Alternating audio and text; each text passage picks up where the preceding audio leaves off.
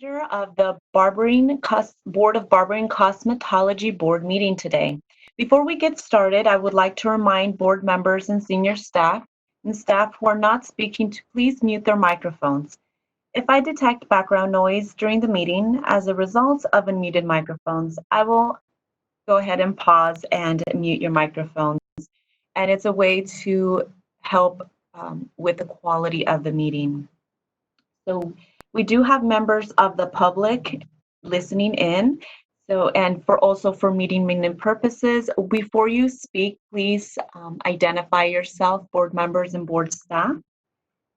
Also, to facilitate the public comment time for members of the public, we will be using a WebEx question and answer feature. So at this time, I will be displaying on your screen what it looks like, the instructions. When the board president reaches a point in the agenda which public comment is appropriate, public comment time will be, or public comments will be requested. I also have the microphone indicators here in front of you. They might be a little bit tricky when it comes to your time. When you want to unmute yourself, the gray microphone with a strike through, that means you're unmuted, and the red microphone, that means you're muted. Also, we'll move along to the next slide here. So to improve your quality, the quality of your sound, we have a few tips here. Connect by phone is preferred if you're having issues with your computer, reducing volume, connecting one method only, and wearing a headset if necessary. So we'll go over the specific instructions on how to log on for public comment time. So they should be on your screen at this moment. So to facilitate the public comment time when the board president asks for public comment, we will be opening the Q&A feature. At that point, at the board's direction, we'll have the Q&A feature open. Members of the public, you can indicate that you would like to make a public comment by clicking on the question mark located within a square at the bottom center of your WebEx screen. These instructions, again, are on your screen for your reference, and they will be shared each time that we open for public comment time. In the Ask field, typically at the lower right of your WebEx screen, members of the public who wish to make a public comment, please type, "I would like to make a public comment," and send it to all panelists. Any other communications will not be responded to. It is not necessary to identify yourself in order to make a public comment. And I will be taking the comments in the order that they are received. I will call on the member of the public to unmute their microphone, and the member of the public will have 2 minutes to make their comments. I will provide a 10-second warning, and at the conclusion, I will mute the microphone and move on to the next member of the public who has requested public comment time. Please note that the Q&A feature is being used only as a means for the members of the public to represent that they would like to make a verbal comment. Once unmuted, the member of the public may verbally state their actual comment or question. This is not a means to ask questions of the moderator or the board members. Such inquiries submitted using this feature will not be answered. If any attendees utilize profane language, we will mute your microphone and ask you to not use profane language if you wish to participate in further public comments. While you're free to express your criticism or negative views, for the sake of the members of the public participating in the call, please do not use profane language when making your comments. Thank you, and that is how the Q&A feature will be working throughout the board meeting. And again, I will have the screen each time that public comment time is requested, and I will be going verbally through the instructions at that time. And a quick reminder, the hand raising feature is to be used by the board members, board staff, senior staff, in order to facilitate their communication throughout the board meeting. For members of the public using the hand raising feature, you will not be called on. Unfortunately, we can't turn off the feature for certain participants. It's a turn on, turn off as a whole. So again, the Q&A feature or the Q&A time for the public comment time will be your opportunity to participate in the meeting. Thank you so much, and I will turn it back to the board.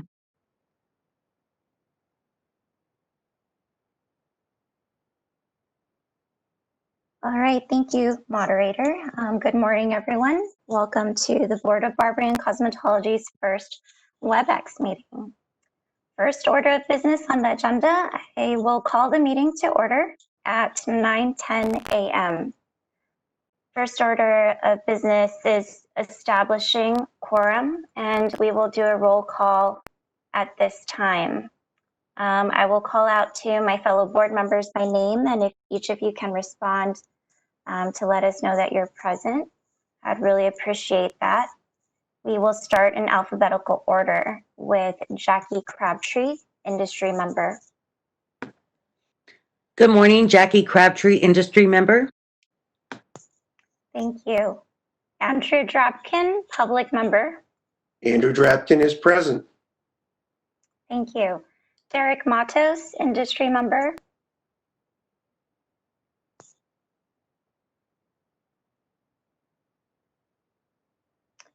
Derek Matos, you're still on mute.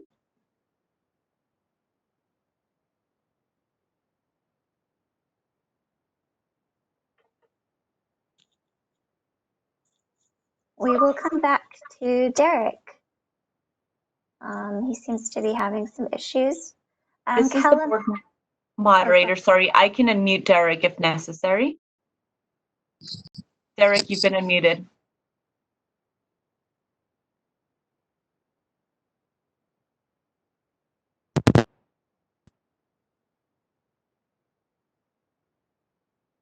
Derek, we're unable to hear you. Are you present?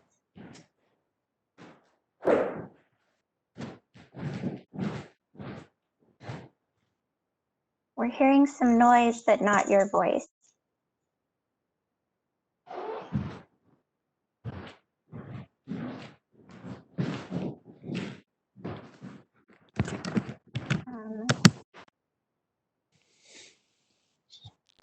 Should we come back to Derek?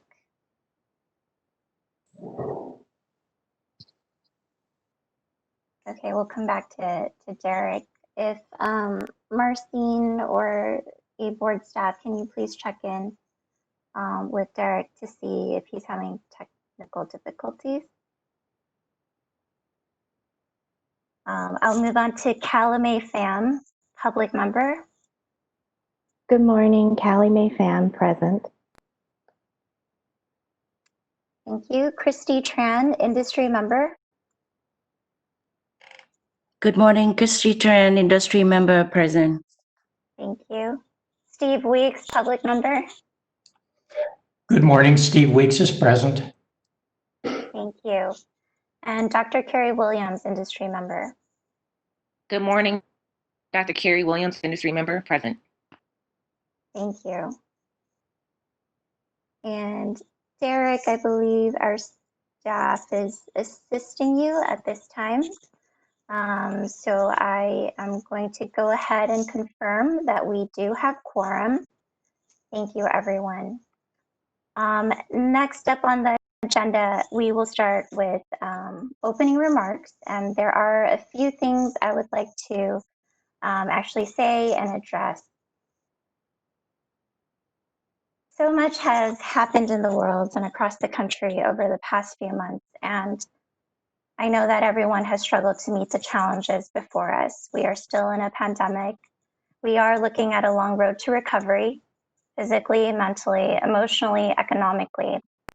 I know that many of you, our licensees, have been frustrated and dissatisfied by many things, from the pandemic to the stay-at-home orders to the reopening of certain spaces or the communications from local and state government. And I'm sure we will hear from you all today, and we will get to it, we will listen. And I think that what we want to do is to be better, and we want to collectively work towards that.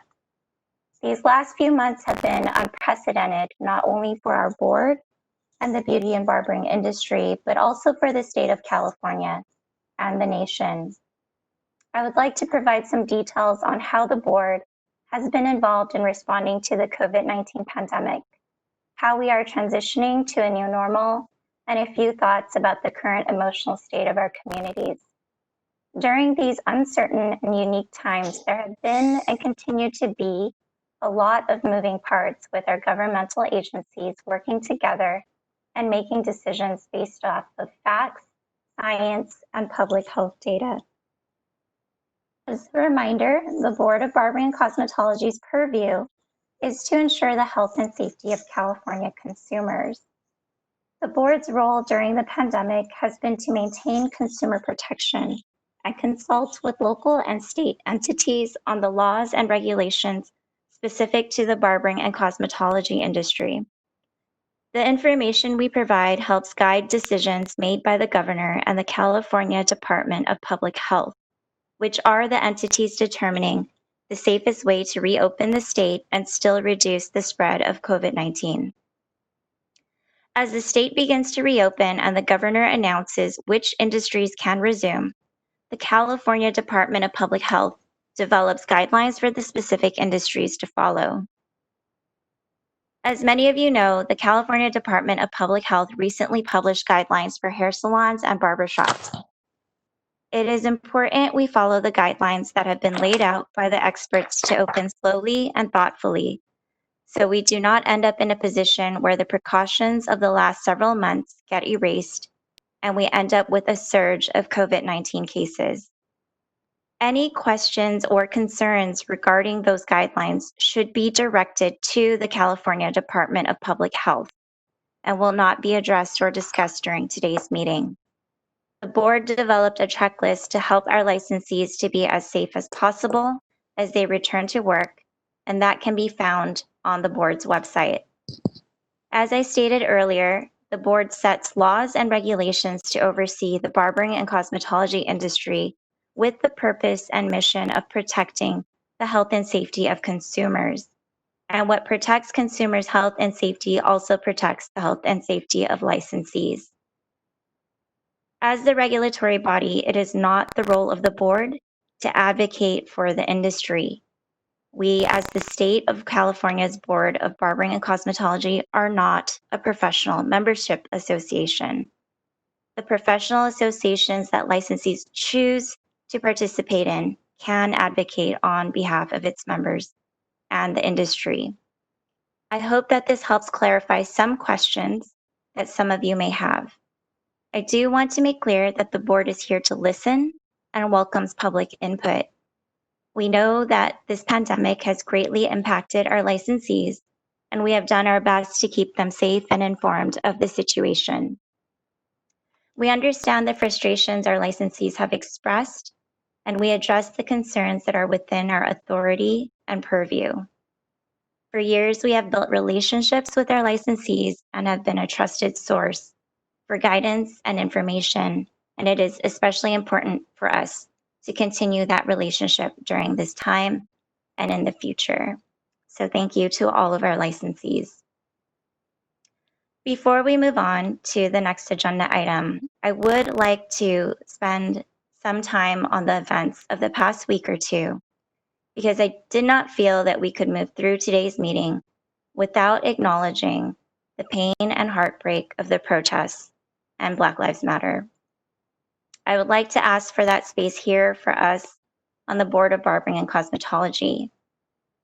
I do not have the words to do this topic justice other than any life lost is one too many. We must acknowledge and address our own roles in creating and partaking in systems that create inequities. We must do better. And I say we because it is on all of us, especially those of us who are not Black, especially those of us who are a part of government entities and systems and institutions. I am raising this topic because this industry serves and is served by communities of color, and because the trauma and suffering of Black communities should not be ignored. My sentiments are personal and in no way reflect those of the board or my fellow board members. However, I think we can all agree that there are ways for all of us to do better, to listen, to empathize, and to look inwards at how we can all commit to advancing human and civil rights, especially for Black communities, which are disproportionately impacted by injustice and inequity. I know that I am not the right person to comment further on this, which is why I want to step back and give space to uplift my fellow board member, Vice President and industry member, Dr. Carrie Williams. And if moderator, you can go ahead and unmute Dr. Carrie. Dr. Carrie, if you could please say a few words. Thank you so much, Lisa, and I appreciate the opportunity at this time to be able to speak and share some of my thoughts and feelings. As a Black woman in America, I am conscious of my skin color every time I walk out of the door. When I was a kid dealing with the unfair treatment, I was led to believe that racism was only demonstrated through the actions of individuals, a personal prejudice. And as I've gotten older, I have come to know that racism is not just personal, but it's institutional. And it is interwoven into the fabric of every institution in this country. I know this and I live this every day of my life. The past couple of weeks have been difficult for me. I have been managing feelings of anger, frustration, and sadness. And words of solidarity are not enough. It is time for us to act. During this time of reform, we can no longer make excuses about why natural hair and braiding is not an option of study within the cosmetology curriculum. The current curriculum in the state of California excludes information about Black hair in its natural state, providing no options for Black women and men or others to learn about the proper ways to care and style for our hair. And this is where the systemic racism begins. 1,100 hours of training in the current curriculum is dedicated to teaching how to chemically alter, change, and ultimately damage our hair. This process of training also erodes our self-esteem, reinforces Eurocentric standards of beauty, and attempts to erase our identity. The Crown Act, a new state law, was passed to protect us from discrimination, from how we choose to wear our hair in our schools and workplace. And the fact that there is no current option of education and training on Black hair is unacceptable. And this new law now requires that there be educational resources and training. Standardization of Black natural hair care curriculums is necessary, and these curriculums need to be created and taught by Black industry leaders. This is my 8th year serving on this board, and there are so many more points, thoughts, and ideas that I have as we move forward to make these poignant changes in our industry. I look forward to having more of these conversations with my board members and with members of the public as we take actions towards change. And I appreciate your words as well, Lisa, and your support. And at this time, I would like to lead us all in a moment of silence to honor the lives of Breonna Taylor, Ahmaud Arbery, and George Floyd, and every Black person who has been wrongly judged, persecuted, and murdered because of how they look. And as we share this moment of silence, know that we will no longer be silent in our fight to enact change in the systems that exist. And at this time, we can begin our moment of silence.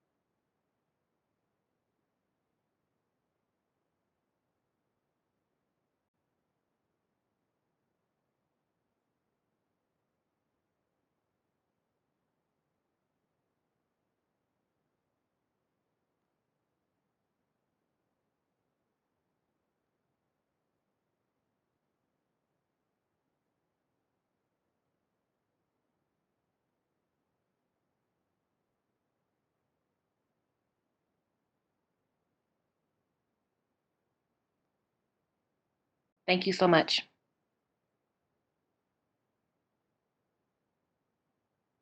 Thank you, Dr. Carey, for your thoughts and for sharing your experiences with us. I am committed to doing better and firmly stand in support of you and the change you're hoping to work towards. At this time, I would like to move to board member remarks. To my fellow board members, if you would like to share any comments, please do so. I see that Christy Tran has her hand raised. Please go ahead, Christy. Thank you, Lisa. Good morning. I don't have anything to report, but I have to address the board concerning the nail industry. Fellow board members, staff, and industry professional.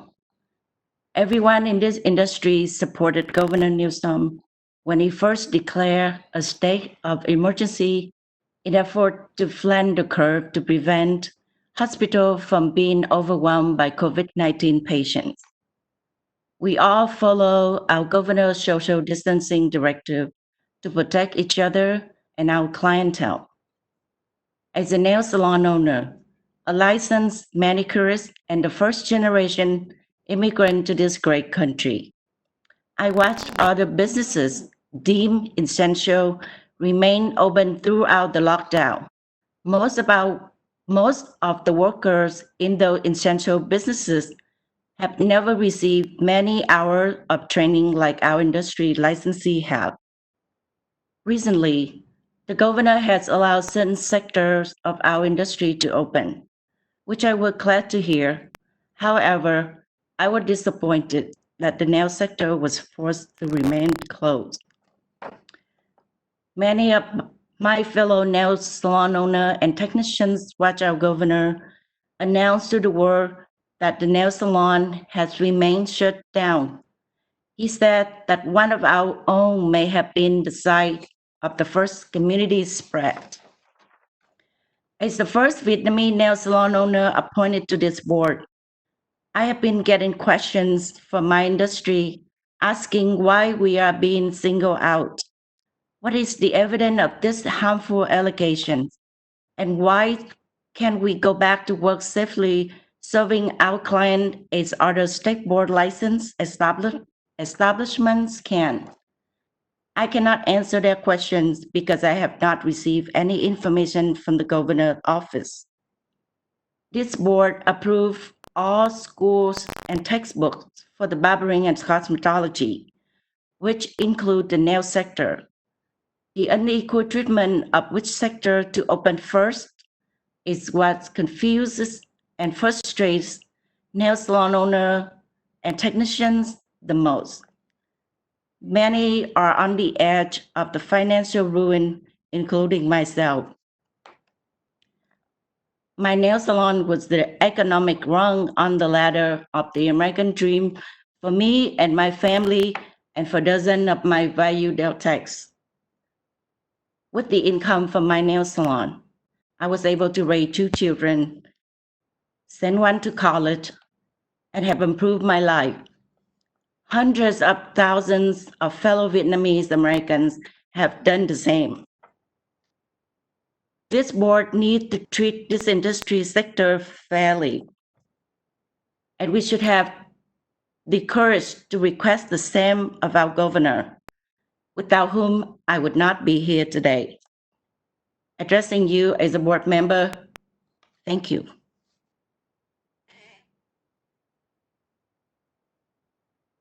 Thank you for your remarks, Christy, and thank you for your work with the community and representing the nail salon industry.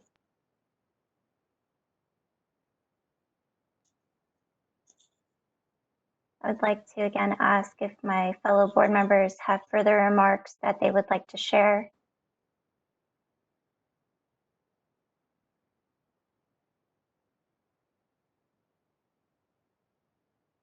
Seeing that there are no other hands raised, I would like to very quickly check on our board member, Derek Matos. Derek, are you able to respond to us? Yes, Lisa, thank you. Forgive me as my speaker was off. No problem. Thank you, Derek. Seeing as there are no further remarks from the board, I will move on to agenda item number 4, discussion and possible approval of the March 9th, 2020 board meeting minutes. At this time, I would like to ask for a motion and a second from the board unless there are corrections to be made.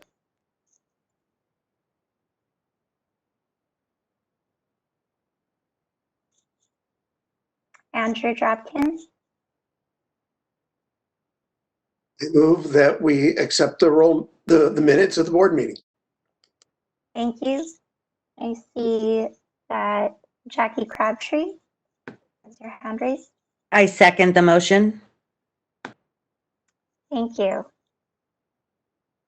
And at this time, I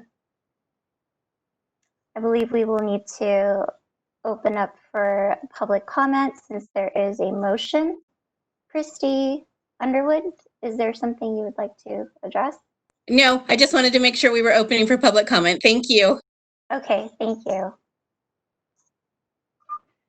This is the moderator. At the direction of the board, I have opened the Q&A feature for public comment.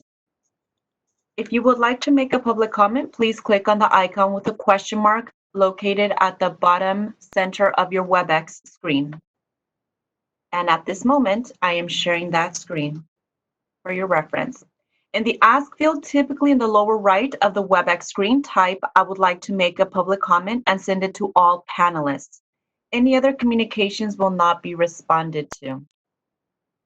It is not necessary to identify yourself in order to make a public comment. I will be taking these comments in the order that they are received. This is Sabina, legal counsel. Yes. I just want to remind, I know you moved the screen off, but the public comments are for the meeting minutes currently under consideration. Thank you so much, Sabina. And I have that screen up again for your reference. Perfect. Agenda item 4. Thank you. So if you can please, if you have public comment that is regarding agenda item 4, submit those. Again, the Q&A feature is being used only as a means for the members of the public to represent that they would like to make a verbal comment. Once unmuted, the members of the public may verbally state their comment. This is not a means to ask questions of the moderator or the board members. Such inquiries using this system will not be answered. So now I will put it back onto the screen where you can reference the instructions. And I have a few. So Annabelle has a question. Yes. It's not allowing me to unmute her. Yes, I will go ahead and unmute in order. So I believe, let me see. Lori, an individual identified as Lori, has requested to make a comment. So Lori, I will be unmuting you and you'll have 2 minutes. We'll provide you with a 10-second warning. Once you've been muted, we will move on to the next member of the public. Give me just a second to unmute your microphone.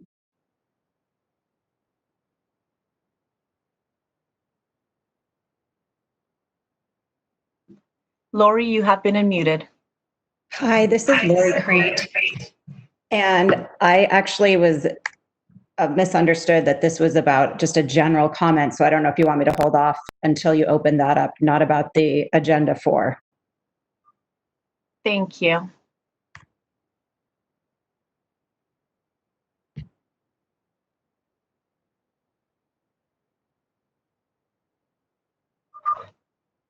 I have also individual identified as Stacy. Stacy, I will unmute your microphone.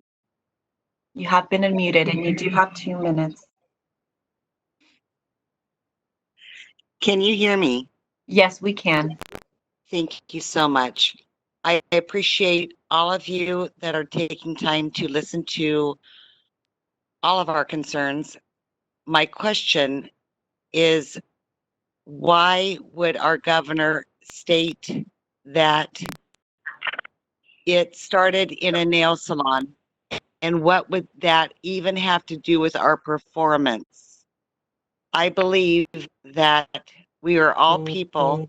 It's not our work that maybe, I don't know even how to say this, contracted to the COVID-19. I'm also a salon owner. Hi, this is Sabina, legal. I'm sorry, I'm going to interrupt you. This is Sabina, the legal counsel, and we're taking public comments right now on the board meeting minutes. Agenda item number 4, the discussion and approval of March 9th, 2020 board meeting minutes. Thank you, Sabina. And we can move on to the next member of the public. And please feel free to interrupt me for me to mute the member of the public. Or you can give me the authority and I can mute them if I hear that it's not regarding the meeting minutes. Thank you. I don't want to keep interrupting people. I know this is kind of a first, go at this WebEx kind of thing. So I just want to remind everybody we're on agenda item number 4, discussion and possible approval of March 9th, 2020 board meeting minutes. We have a motion and a second on the table, and then all we need is to go through any public comment, and then we'll take a roll call vote. Thanks so much.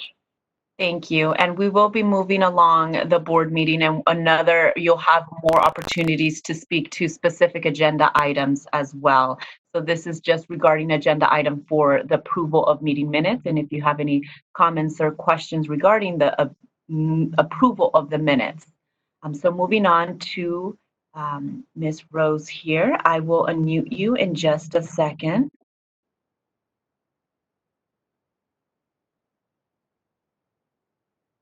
You have been unmuted and you'll have 2 minutes starting now. Hello, I also had a general comment, so I will raise my hand at a different time. Thank you for your time. Thank you so much. And moving on to Stephanie, I've muted your mic and you have 2 minutes. I commented the same, but I didn't realize it was in regards to agenda 4, so I'll comment later. Thank you. Thank you so much. Moving on to Nikki, I am unmuting your microphone now. Good morning. I too had sent a follow-up comment that this is in regards to the meeting and not specifically to the agenda approval. Thank you. Thank you so much. Moving on to Stephanie Rios. I have unmuted your microphone. I will unmute your microphone right about now. Yes, sorry, general question. I'll just comment later. Thank you so much.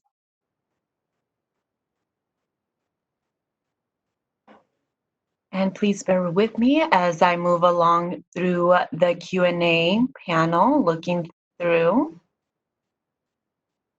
So Carmen, I've unmuted your mic. Sorry, this is also a general question. I'll comment later as well. Thank you. Thank you.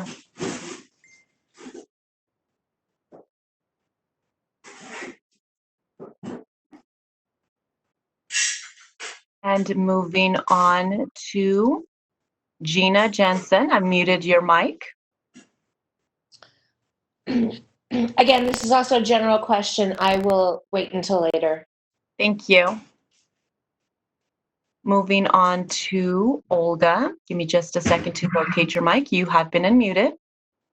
Hello. So as we can see, everybody wants to make a public comment. So I don't know how we can move this along. So please get us so we can make a public comment. Thank you. Thank you. Thank you. Trish, if I can interrupt one more time. This is Sabina, legal counsel. I want to direct everybody down to agenda item number 10, and that's public comment for items not on the agenda. So that is the period of time where you can make a public comment. The board members are not allowed to discuss or engage or take any action based on any of that public comment during that time. But I think that is the agenda item that I think everybody is waiting for and interested in. So I think, so keep an eye out for agenda item 10 and for all those general comments, whatever related, that's where you're going to want to start raising or putting in the Q&A section to make a comment. Thank you. Would you like me to proceed with the list? I have quite a few more requests for agenda item 4, which may not be for agenda item number 4. Yeah, I'm assuming everybody. I'm assuming all of those. I see the list also. I'm assuming all of it is not for the minutes, unless anybody wants to, comment right now.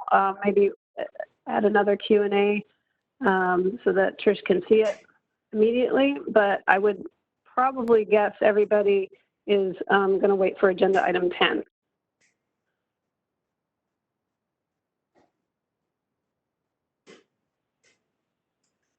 And if we happen to, if there is a specific question that someone wasn't able to get in about the minutes, maybe you could just put in the Q&A specifically, I have a question or a comment about the minutes, and then Tricia will come back to you later. But at this time, I think we're probably okay to take a roll call vote. Okay, so dismiss the rest of the requests.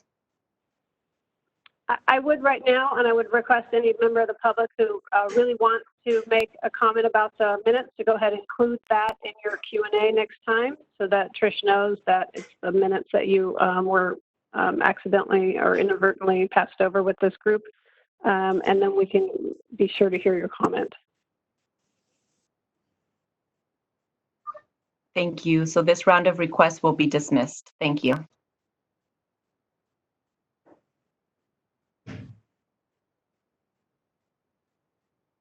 Okay, so at this time, we will go to a board vote on the meeting minutes from March 9th. And can I have my board members raise their hands? Jackie Crabtree.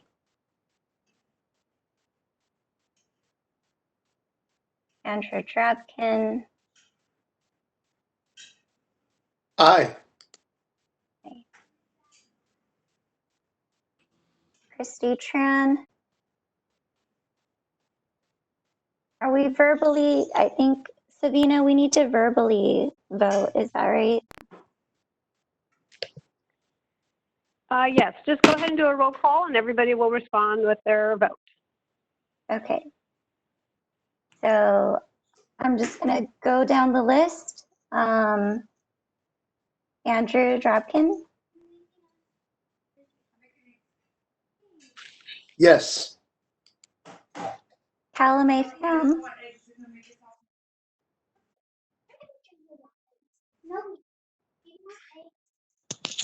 Calumet Pham.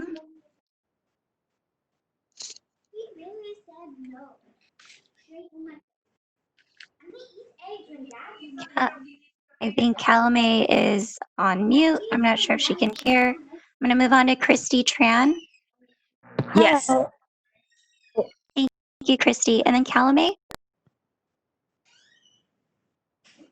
Hi, I apologize. I just connected. Calumet Pham, I vote in favor of the minutes. Thank you. Thank you.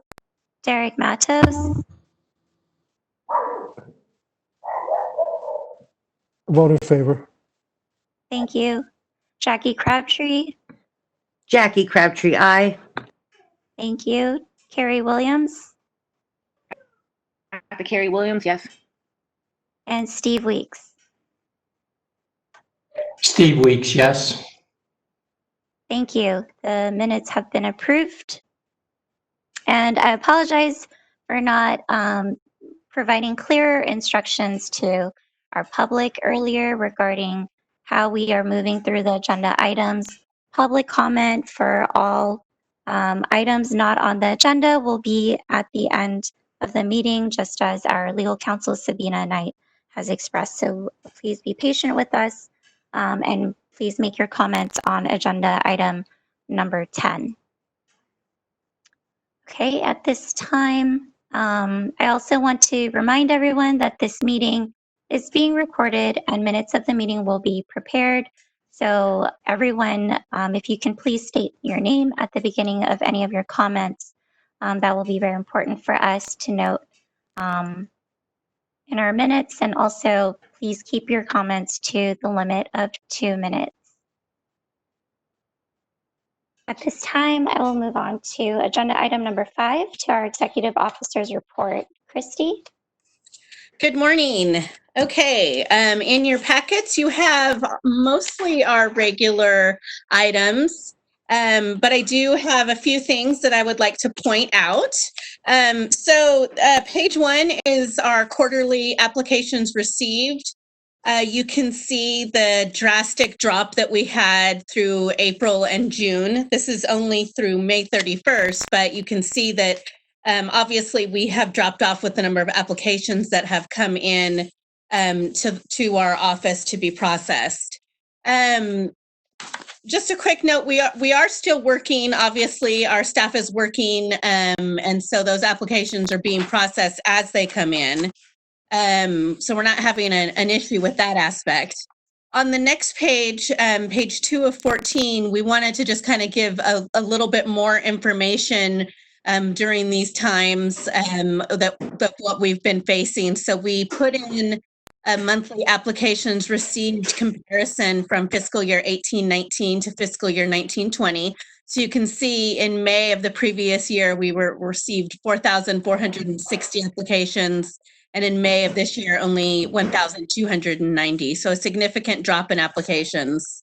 And then as a opposite direction, our complaints that were received in fiscal year 18-19 for the month of May were 387. And in 19-20, our complaints are at 1,274. That is complaints that we've received, after in the main bulk of after we were closed for the COVID situation, of the complaints that were coming in still of shops continuing to operate, or people working at non-licensed salons. So the complaints continued to come in and obviously greatly increased, and those are still being worked at this time.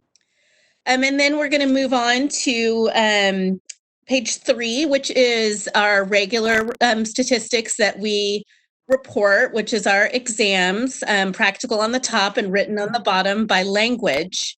And then if you turn the page, we talked about this at our last board meeting, of separating this information out by little more information by language and more information based on if a candidate came from through the apprentice program or through a school program. So on page 4, you will see a comparison of schools versus the apprenticeship program. But then we broke it down even further on page 5 of the apprentice programs and school programs. And I wanted to add a little bit more information for page 5. You look at the school program, we actually went through all of those applicants to see where they were coming from. And we found that for the cosmetologists that went through a school program and took the test, we have 35% of those numbers are from out of country. So 35% of the candidates are coming from out of country. 34% of those candidates went to an approved school. 12% went to a closed school. 12% went to a non-Spanish approved school. So they went to school that was not approved by the Bureau of Private Post-Secondary to teach in Spanish. And then 7% went to a public school. This is information we just looked at over the past week, so we weren't able to get it written into that document. So that's why I'm speaking it verbally. For the barber schools, we had 33% that came from out of the country. 29% attended a Spanish approved school. 28% attended a non-Spanish approved school, and 10% attended public school. Yeah. So that's kind of some of the new information. Yeah. Well, did you hear that Vietnamese lady get on there? She's a Could board we member. Yeah, I'm possibly glad she mute the did that person because that's that was talking, important. moderator? I feel like for me, I I'm gonna cannot just say find the individual with unmuted microphone. my salon is I bel- completely sweet. So I think, that we need to do some Okay. Is that anyone in your background office? That's no one at the board. Okay, I don't see an individual either on the attendee list or the panelist that has an unmuted mic. I concur, Al. I don't see any unmuted mics either. Thank you, co-moderator. Moderate, can you mute everyone? Like we need to go back to work. Moderator, do you not hear that person speaking? I do hear them. Thank you. I do hear them. I'm going through.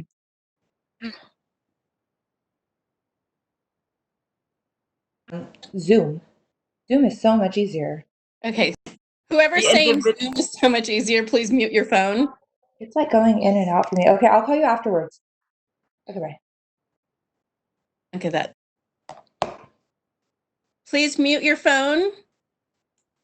I'm going to continue, and I would like to pause at this moment and see if any of my board members have any questions on these statistics that I just reviewed.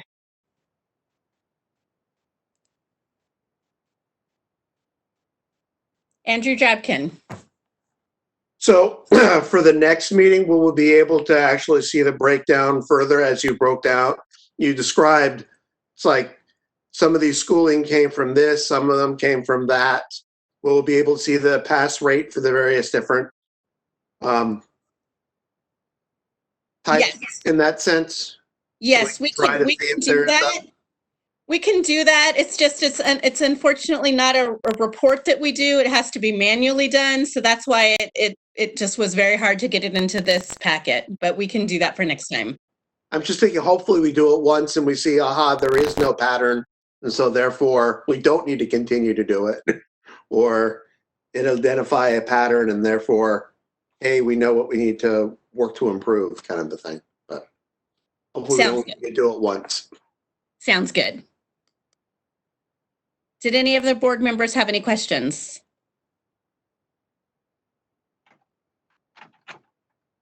Seeing none, I'm going to go ahead and go on.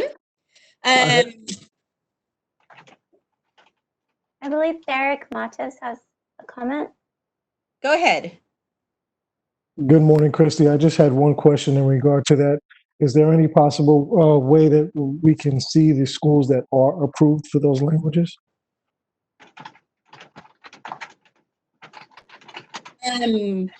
Just want to make sure you want to see the schools that are approved to teach in those languages? Correct. Oh, yeah, we, possibly. We don't maintain that information, so we actually have to review that information through the Bureau of Private Post-Secondary. So we will work to see what we can get. Thank you, Christy. Uh-huh.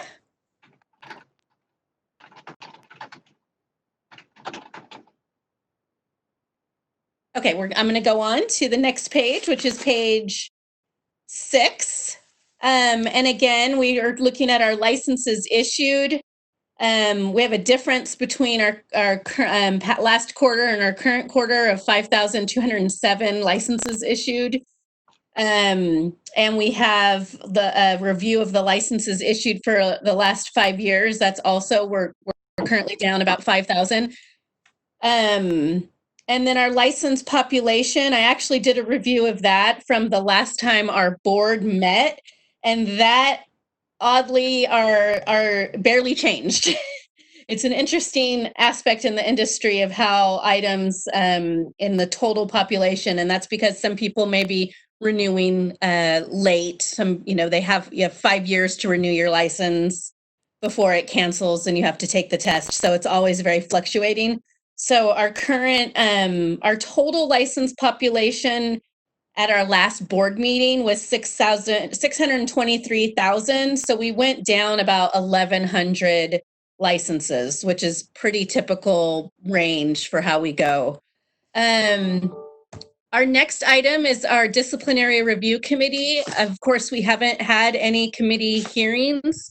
We are looking at some possible ways to social distance to have those hearings, and we'll actually be be talking to some of the board members that have been serving on those on that committee very soon here on some ideas we have to hold some disciplinary meetings without filling a room full of an audience, which would be hard to social distance. So the numbers are obviously pretty standard. We haven't been receiving a lot of appeals, so the numbers aren't going up too far, and we don't expect that to change anytime soon until we really get back in the field and start conducting more inspections.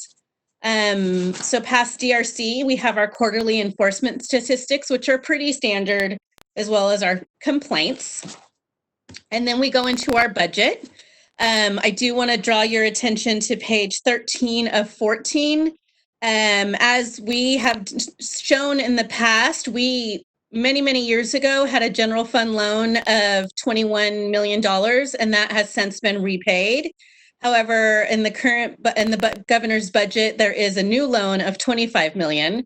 Our board has a very healthy fund, so it's not going to impact our operations at all, but I wanted to make sure that the members knew that that was happening.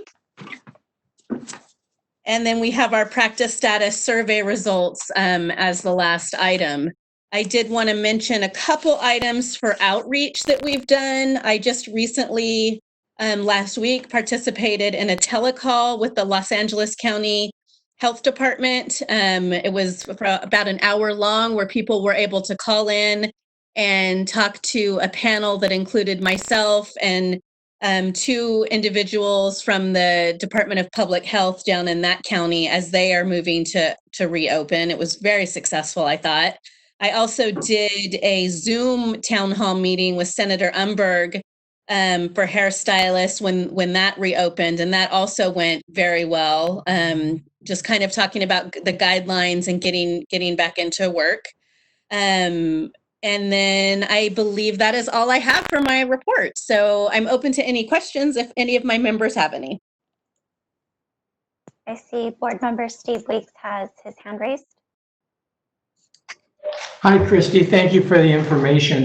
I just had a quick question. Do you know what financial impact COVID-19 may have on our operating budget? We are tracking that right now. Obviously, it's going to be an impact because we haven't brought in the revenue that we normally would. So I don't have those numbers yet. We are tracking it, and I should be able to give a better report on that at the next meeting.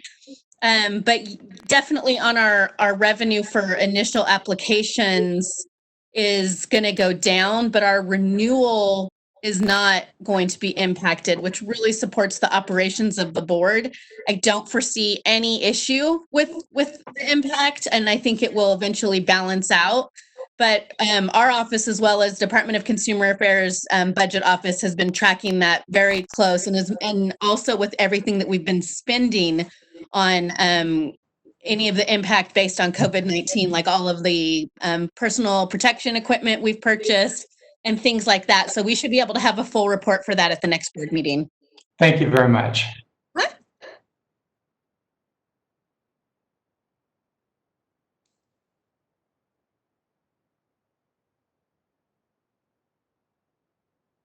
Any other questions for me on this?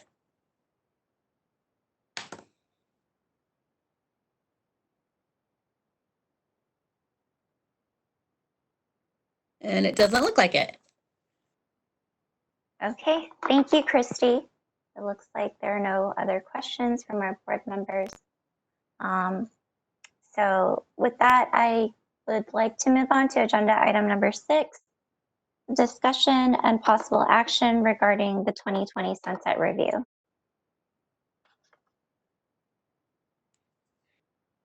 And as we will, this is Christy, and as we'll see as we move into our legislative review, sunset has been delayed for one more year, basically because of the COVID, and we left that on the agenda because we weren't positive if we needed to have a discussion, but we do not, and we will discuss the bill that addresses this under another agenda item. So that's the only thing I have to report on that.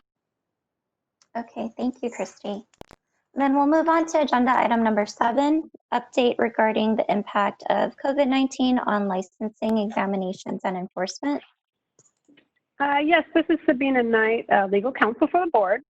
And as a preface to this agenda item, I wanted to let all the board members know that this is an item that we've been putting on all board agendas, and basically to make sure that you're kept up to date, as well as the public, on everything the board operationally is doing and the effects of the pandemic on the operations of the board. Now, this isn't about a stay-at-home order or anything like that. This is merely about the internal operations of the board and the impact the pandemic and the shelter-in-place order has had on these 3 items that the board deals with on a daily basis, which is licensing, examinations, and enforcement. And so we've been having all our boards update the public and their board members on merely the operations, you know, the issues they're dealing with telecommute, if there are any, the issues they're dealing with getting exams rescheduled, and different maybe ways to approach the exams in the future, or things they're looking at like that. So I just wanted to kind of preface this agenda item with that. This is about the internal operations of the board. Then with that, I will turn it over to Christy. Thank you, Sabina. So just to give a review of how we've been handling things here, all of our staff are working from home, with the exception of about 2 to 3 people on a regular day. We do have we have coverage from 8 to 5, even though our building was closed initially, and currently our front counter is still closed. So we don't accept any public at the board at this time, but we do still have operations that need to take place. So we rotate staff, and there's a manager in the office each week, and we're all kind of taking shifts on that. We have developed lots of training materials for our staff, specifically our inspectors and our examiners, on personal protection equipment, as well as new plans for how we ourselves reopen and get back to work. In our licensing unit, obviously, as we just discussed, there's been a significant decrease in our applications received. So I can say we have no backlog, which is great in the licensing area, but we are using this time as a great opportunity to clean up our database, because when we moved to Breeze, there were several issues, and we're using this time to get to items that we haven't ever been able to get to because our volumes are always so high. The exams have not fared as well. We have well over 5,000 candidates that are waiting to take an exam. And I'm happy to announce today, this is just fairly new news, that we plan to reopen our Fairfield site on June 22nd and our Glendale site on June 29th. We will be opening them at half capacity to allow for social distancing. We're bringing our staff back a little early to do training on new steps that we'll be taking to get those exams back going. With the lack of applications that we've received, even though we're at half capacity, we are working for a plan to catch that up as quickly as possible, because we want to make sure, we've had people that had their exams canceled since March. So we want to get them in as quick as we can so that they can hopefully get to work. I will tell you that PSI, who monitors our written portion of the exam, did open on June 2nd for almost all their testing facilities. And they are currently operating. So slowly our candidates that maybe needed to retake their written exam are able to get in. Since June 1st, they've issued about a little over 20 licenses. So it's slowly getting back. That's kind of our update for licensing, and that's the lack of our exams being able to be conducted is definitely our top priority right now, because that's going to be the biggest impact. As you can imagine, our inspectors were not inspecting, so they were working on lots of projects as well, of things that normally can't be gotten to in everyday time because of the volume of workload we normally have. However, as of today or possibly tomorrow, they are returning to the field. They did return to the field a few weeks ago when everyone was still closed, and just kind of as a getting them back into the field and getting them used to being out there again. They did some work for us by driving in their territories and viewing who was closed and who was open. And that information was reported to our agency and then to the governor's office. And it was very helpful. And it was very nice to see that most people were following the governor's shelter in place order. But the inspectors are returning to the field this week, but it is in an educational only aspect at this time. We're going to provide our checklist to people and quickly just make a comment, hope that they're safe, hope that they're following the checklist and moving on. We don't want to hit everybody with inspection since people have been out of work and just getting back. They don't need to be inspected quite yet, but we felt we needed to make an educational visit and at least make sure people are getting the checklist because that's going to be so helpful in preventing the spread of COVID.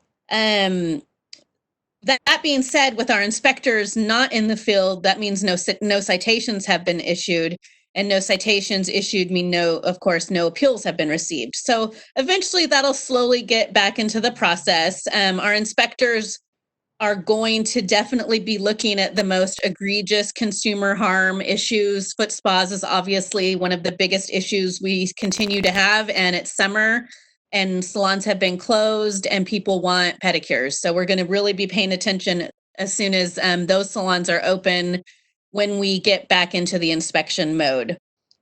And then as I mentioned before, our enforcement unit is the one that's operating fairly normal.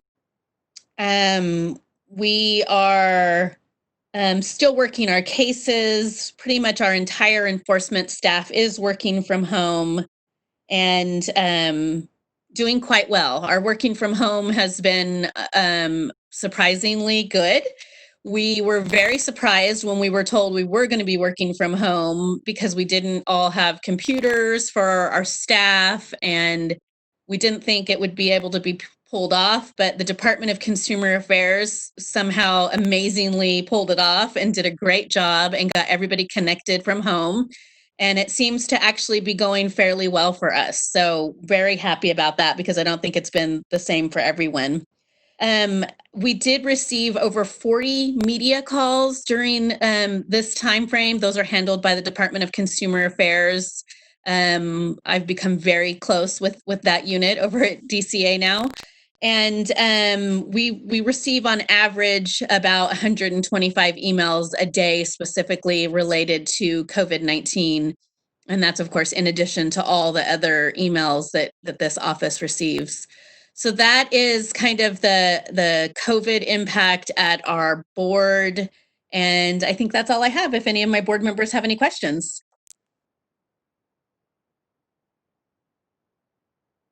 I see Andrew Dropkin has his hand up.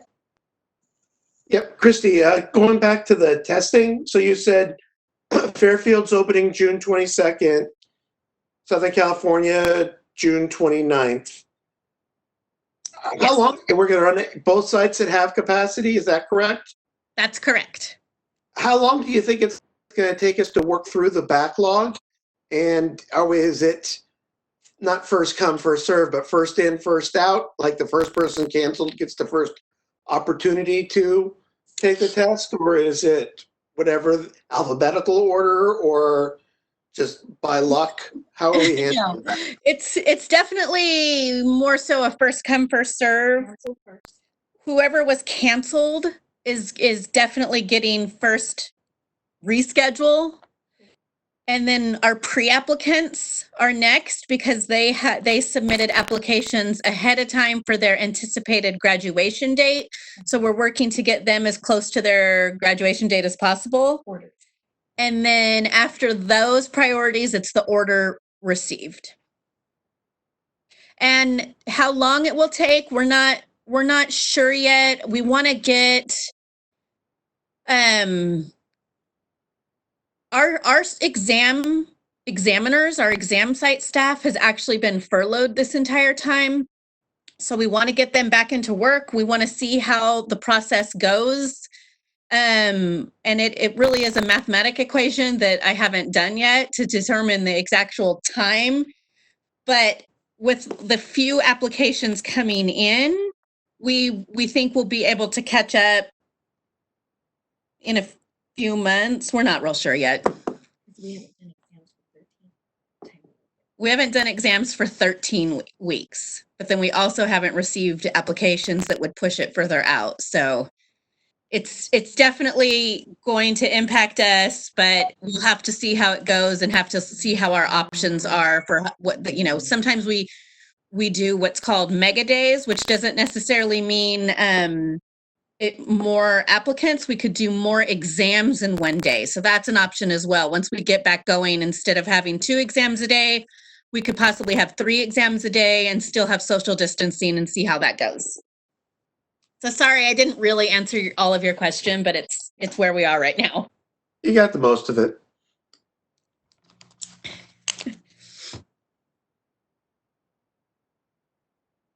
Any other questions? Christy, how has budget cuts maybe impacted our staffing? It sounds like our exam site staff was furloughed. Were other members of the staff furloughed? No, only our exam staff. Everyone else was working. Okay, thank you. Any questions from my board members? Derek Matos, go ahead. Yes, thank you, Derek Matos. I just had a question in regard to the enforcement portion of the COVID-19 and our response. The guidelines that were set out, many of those things were recommended rather than something necessary to do.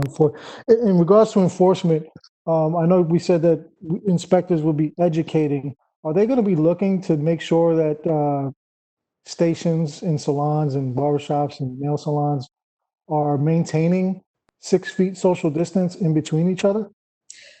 It's not within our purview to be doing that. It's when we go back to doing inspections, our inspections will return to only inspecting for our rules and regulations. If you never know what could happen. We could have a second wave of COVID. We could have an executive order by the governor who directs us to do something different. It would have to come through that direction.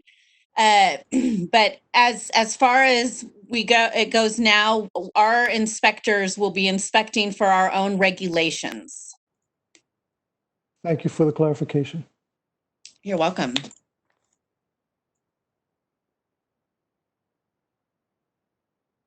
Any other questions? I see Jackie Crabtree has your hand up. Jackie, go ahead. Would it be clear to say that inspecting as far as service providers wearing masks and keeping the social distance would be a concern, I would take it, of the public health department? Is that right, Christy?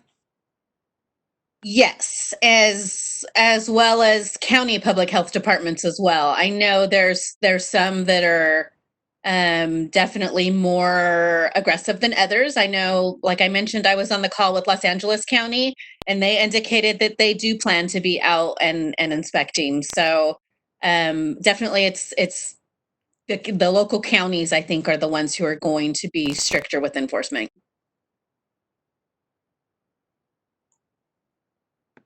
Thank you. Any other questions from the board members?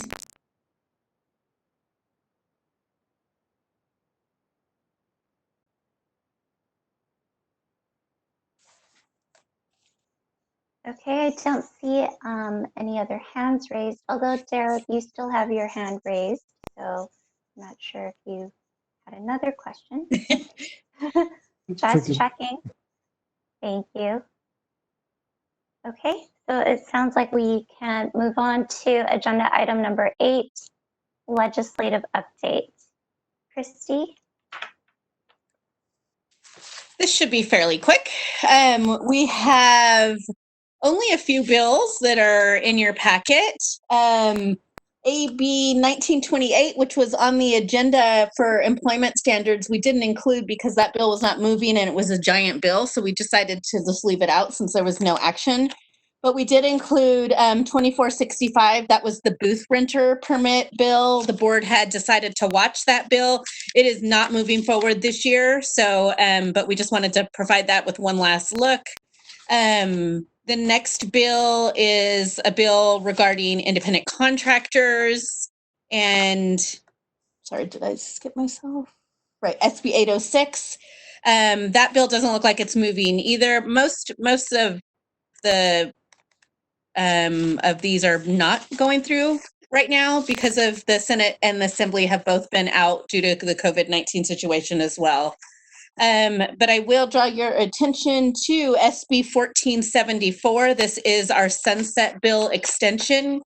You will see in your packets that we only gave you a few pages because the bill is very big and we only printed what was pertinent to our board, which is an extension of our sunset for 1 year. So we will have our sunset hearing next year as opposed to this year. So the board should take a position on this bill today. So we would want a motion for that. Yes, this is Sabina, legal counsel. Since this is your sunset bill, I'm assuming it would be a support position. I don't want to make any assumptions. And then Christy would be drafting the letter of support to send over to the author's office. So we would need a motion and a second roll call vote for that. Thank you, Sabina. I see that, Andrew, you have your hand up. I would like to move that we take a position of support on SB 1474. Thank you. I see Steve Weeks has his hand up. This is Steve Weeks, seconding the motion. Thank you, Steve. So we have a motion to support this bill on the floor. At this time, we can open for public comment. As a reminder, this public comment period is very specific. It is regarding the motion that has been made for SB 1474.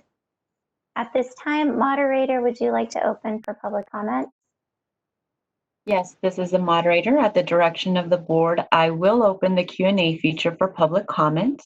As a reminder, it's public comment regarding agenda item number 8, the legislative update that was just given. So at this moment, the Q&A has been open.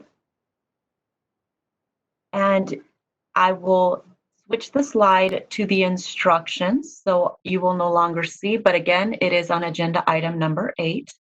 So now the slide has the instructions on how to participate.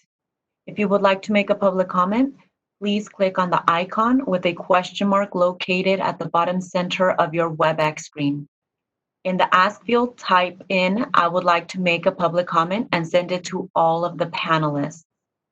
It is not necessary for you to identify yourself in order to make a public comment, and I will be taking the comments in the order that they are received.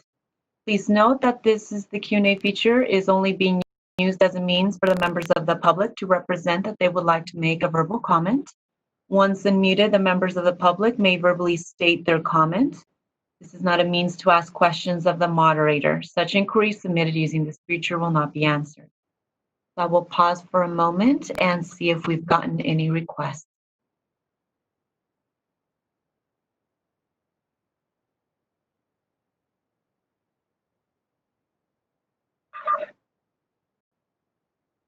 The individual identified as Kimber has requested public comment. Kimber, I will unmute your microphone in just a minute.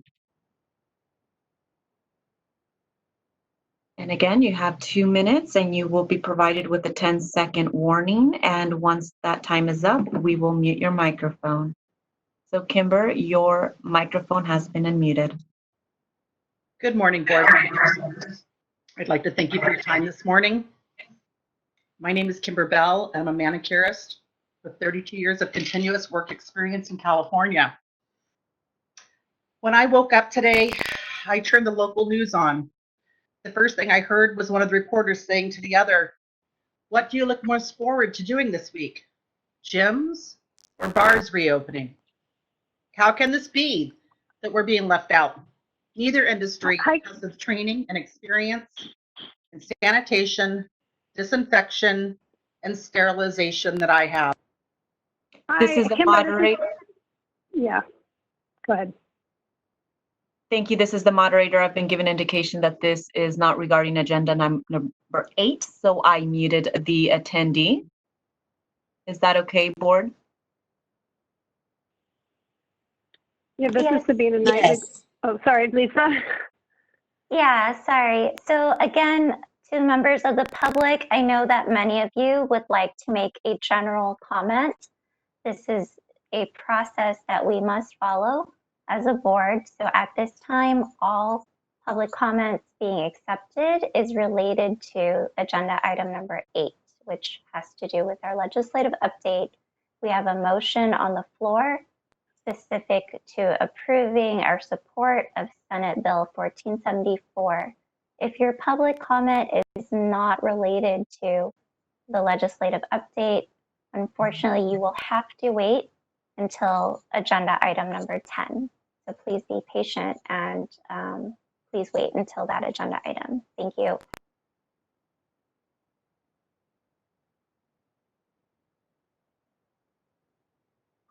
This is the moderator. I will move on to an individual identified as Ann Fisher. I will be unmuting your microphone shortly. And again, just as a reminder, you have 2 minutes and you will be given a 10-second warning. Ann Fisher, your microphone has been unmuted. Can you hear me? Yes.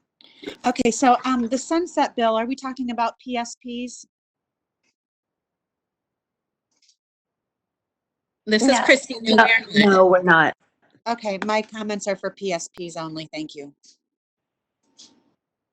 Thank you. Thank you. So moving on to an individual identified as SF. SF, I will be unmuting your microphone shortly. Again, 2 minutes. You'll have a 10-second warning. You have been unmuted. I actually sent a second message saying to disregard my request at this time because I didn't realize it was still on 8. Thank you.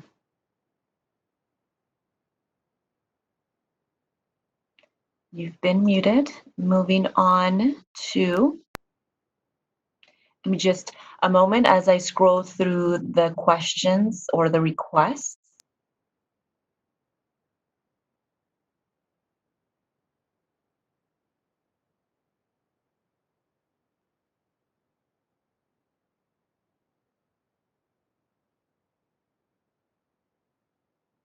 And Board President, there are no further requests for agenda item number 8. Would you like me to close the Q&A feature?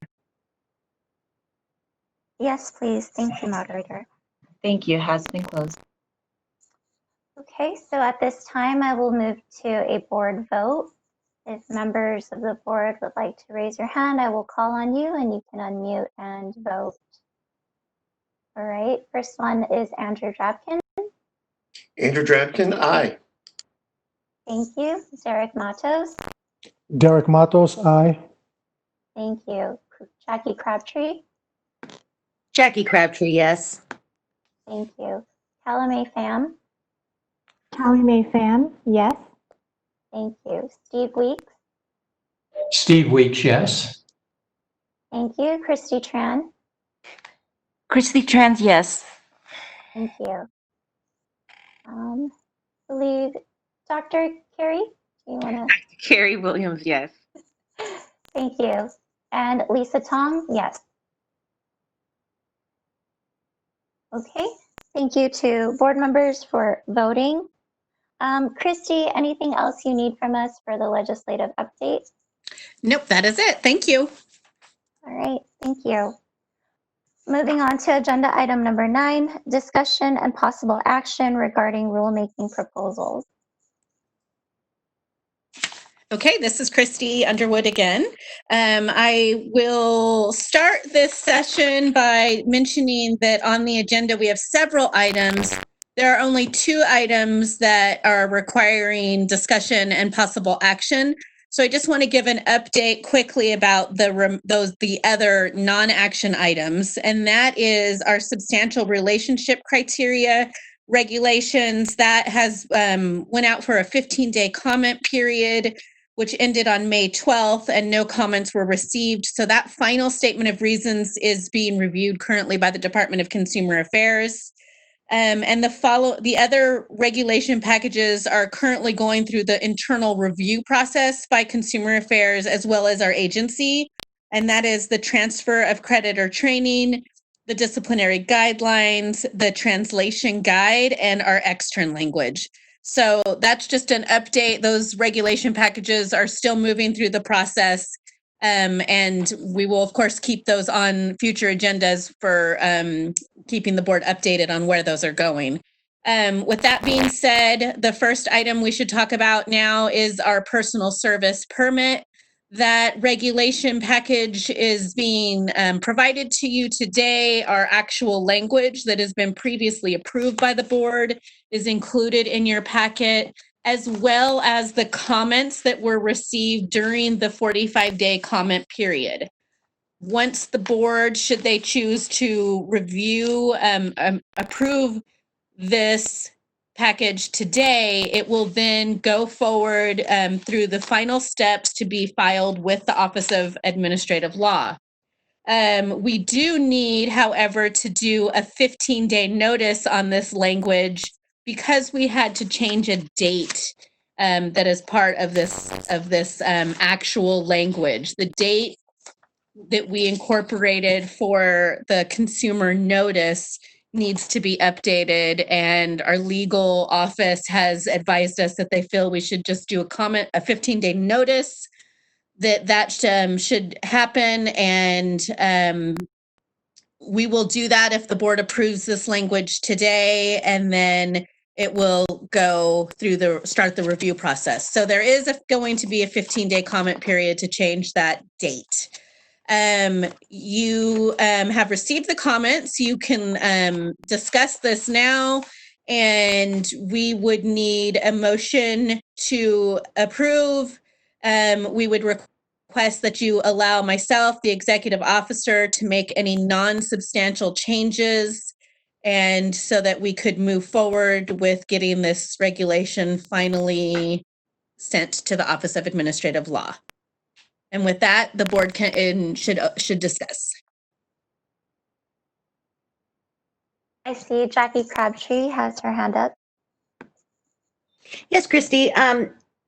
So once we approve this, if we do, and then it does its 15 days, how long would this take until this actually goes into effect that we can start obtaining these personal service permits? It's there's no real firm limit on that because it has to go through so many other agencies to be reviewed.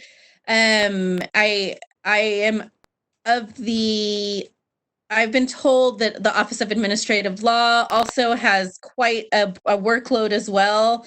So, I mean, it can be anywhere from a few months to several months. I really just don't have an answer. Sabina, do you have anything that you could add to that? Hi, Sabina Knight, legal counsel. It's, as you can imagine, it's very hard. So typically agency has 30 days to review as well as OAL. But right now, there are some deadlines that are being extended. So best case scenario, if you vote today to accept the responses to the comments as drafted, and you move that we make any non-substantive changes and delegate all that authority to the executive officer, like Christy indicated, and go out for a 15-day public comment period to change the one date. So we're looking at, they could probably get that, published within a week or so, you're looking at 15 days, and then they have to finish the final rulemaking packet. So, you might be looking at sending it out, in July sometime. And so, I think a realistic, you could be looking at maybe the start of the year. Maybe if everything works quick, maybe before December, but it's really hard to tell right now, especially with everybody playing catch up and a lot of emergency regulations going through for other departments due to the pandemic.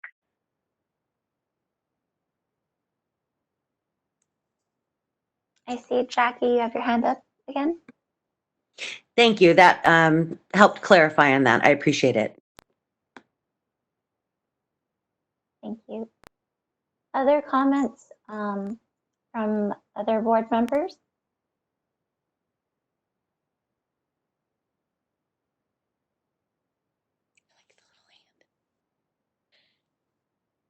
I think we could do DRC. I'm hearing some whispering. I'm not sure. Okay, so this is Sabina Knight, Legal Counsel again. So for the board members, you were provided with a memo and materials, and what it did was it summarized, it included all the comments received during the comment period and the staff's proposed responses to each and the rationale behind each response, and then whether or not language was adjusted accordingly based on those comments. Now, depending on how you feel about these comments, you can eventually, after we have a discussion, you can direct staff to reject the proposed comments, provide the responses to the comments as indicated in the meeting materials, complete the regulatory process as authorized, and then we can also we can roll in the 15-day notice into the same motion if you would like, or you can make that a separate motion. But at this time, we would like to hear if there are any board member comments about the comments, the comment responses that were provided by staff. Thank you, Sabina. Derek, you have your hand up. Derek Matos, yes, thank you. I just had one question in regard to question number 6 in this review and our response. I just want a clarification in regard to that. Not so much on the yearly renewal of the test or the virtual test, but in the context in which it was laid. It says that requiring any type of testing after licensure may also put an unfair burden on licensees that do not have access to a computer or internet. And at the end of that statement, it also says the board has resources available online for licensees. So my question is, the information that's listed online, I understand that it's also available in print, but are licensees aware of their opportunity or the availability of that information?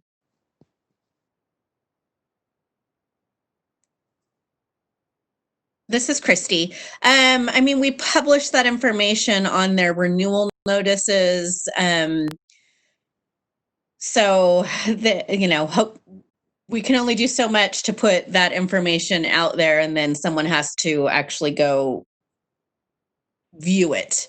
But that's one of the roles. The board has been attended, trade shows in the past to try to provide more knowledge of our website and all the information that we do have there. But it is on our documents that we send out as well. Thank you for that insight, Christy, and I look forward to getting more of that information out as the resource in our outreach program.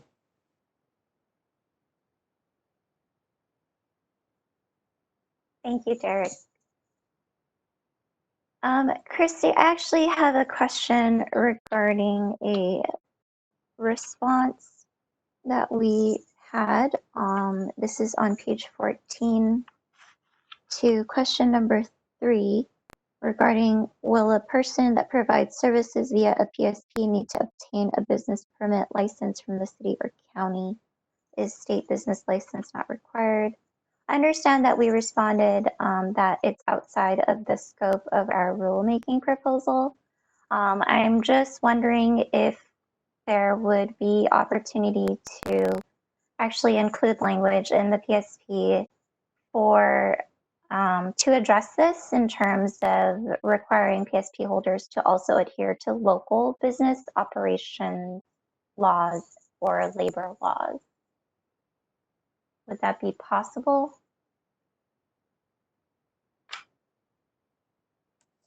I think so. I'm checking something real quick in the language. And I'm asking because I think we're all aware that many of our licensees get confused about the different types of licenses and permits that are required. And I think if we don't include that language, they may feel that it's not necessary to abide by any of their local business permitting or licensing laws.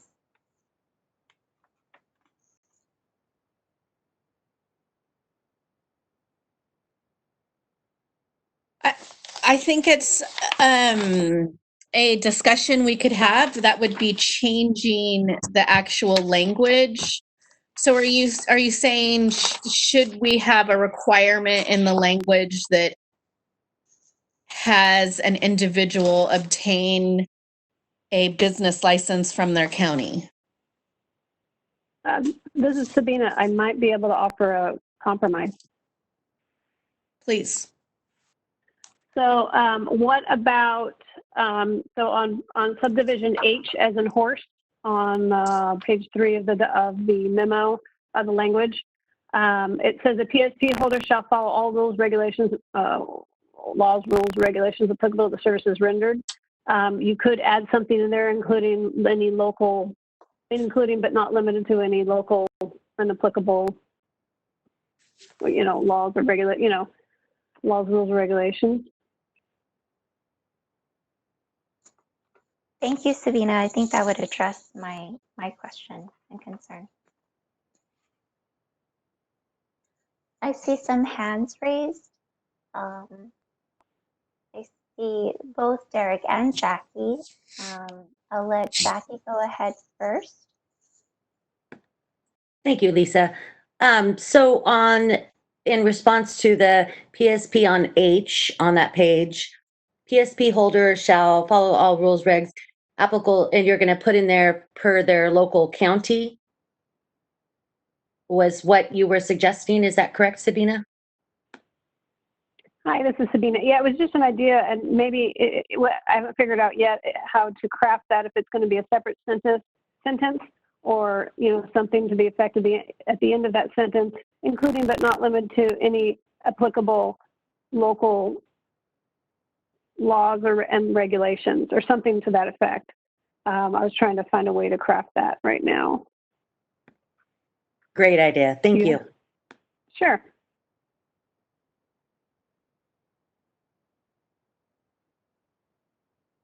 Thank you.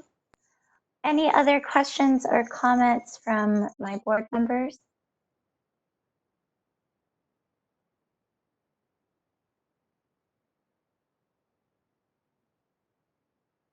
Okay, it looks like there are no questions. So it sounds like the next step for this is to make a decision in terms of a motion. Is that correct, Sabina? Yeah, so this is Sabina. So we have a couple things on the table right now. We have 2 potential edits to the actual language, and then we have to approve or edit the board's responses to the comments. So we have 3 things going on here. So we can take them separately to make it a little bit more easily understandable for the board members as well as the public. So why don't we take the potential edit to subsection H first, because then the motion for the 15-day language will encompass that as well.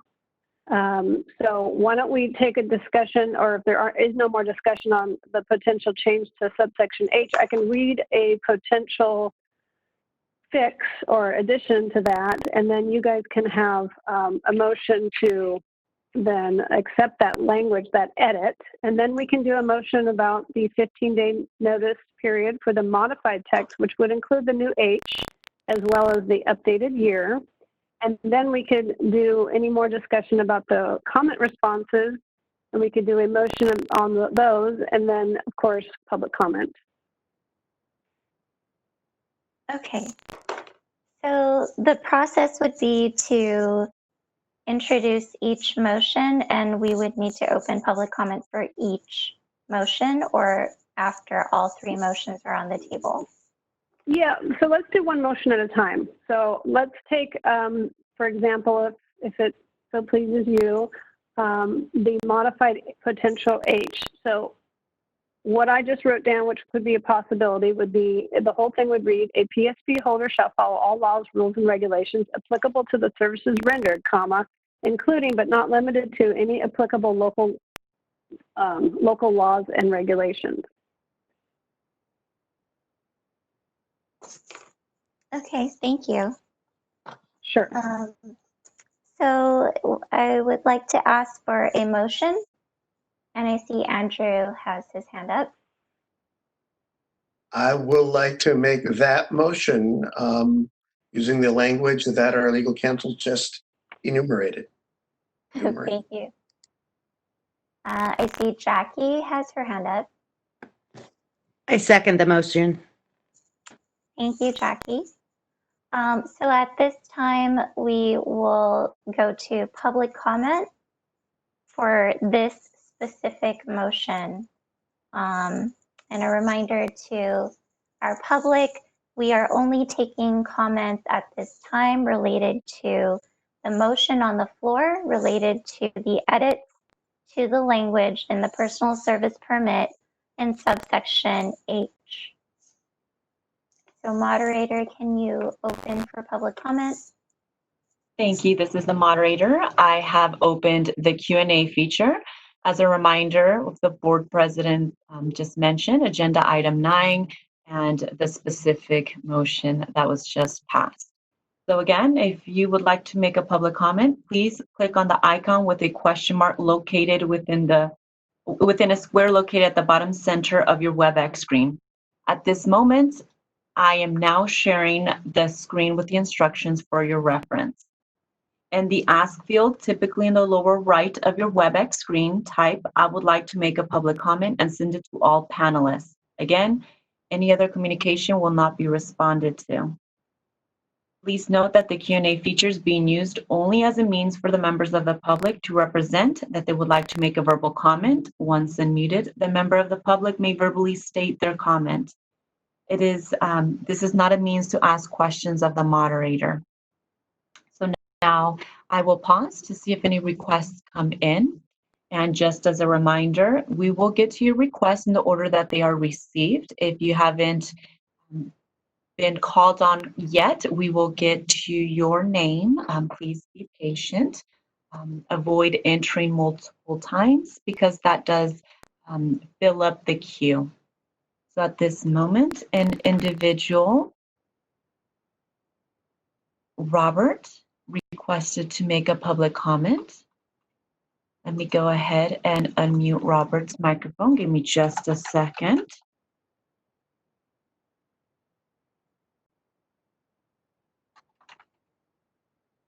So Robert, I will be unmuting your mic. You'll have 2 minutes to speak in regards to this agenda item, and you'll have a 10-second warning. So Robert, you have been unmuted. Yes, hello. Thank you. Thank you for giving me this opportunity. So I understand you guys are wanting to make a modification, pretty much stating that the potential licensee, if this is passed, has to follow all laws, rules, and regulations. That is all great when it's written on paper, but how are you guys proposing to enforce this? You guys currently have a lot of rules and regulations, barbering rules and regulations that you guys can't even enforce those. So how are you guys proposing to add additional rules and regulations that you potentially may not be able to enforce? So that's my main concern. How are you guys going to be able to enforce more rules and regulations when you can't even enforce the ones you guys currently have on the books? That's it. Thank you, Robert. You have been muted.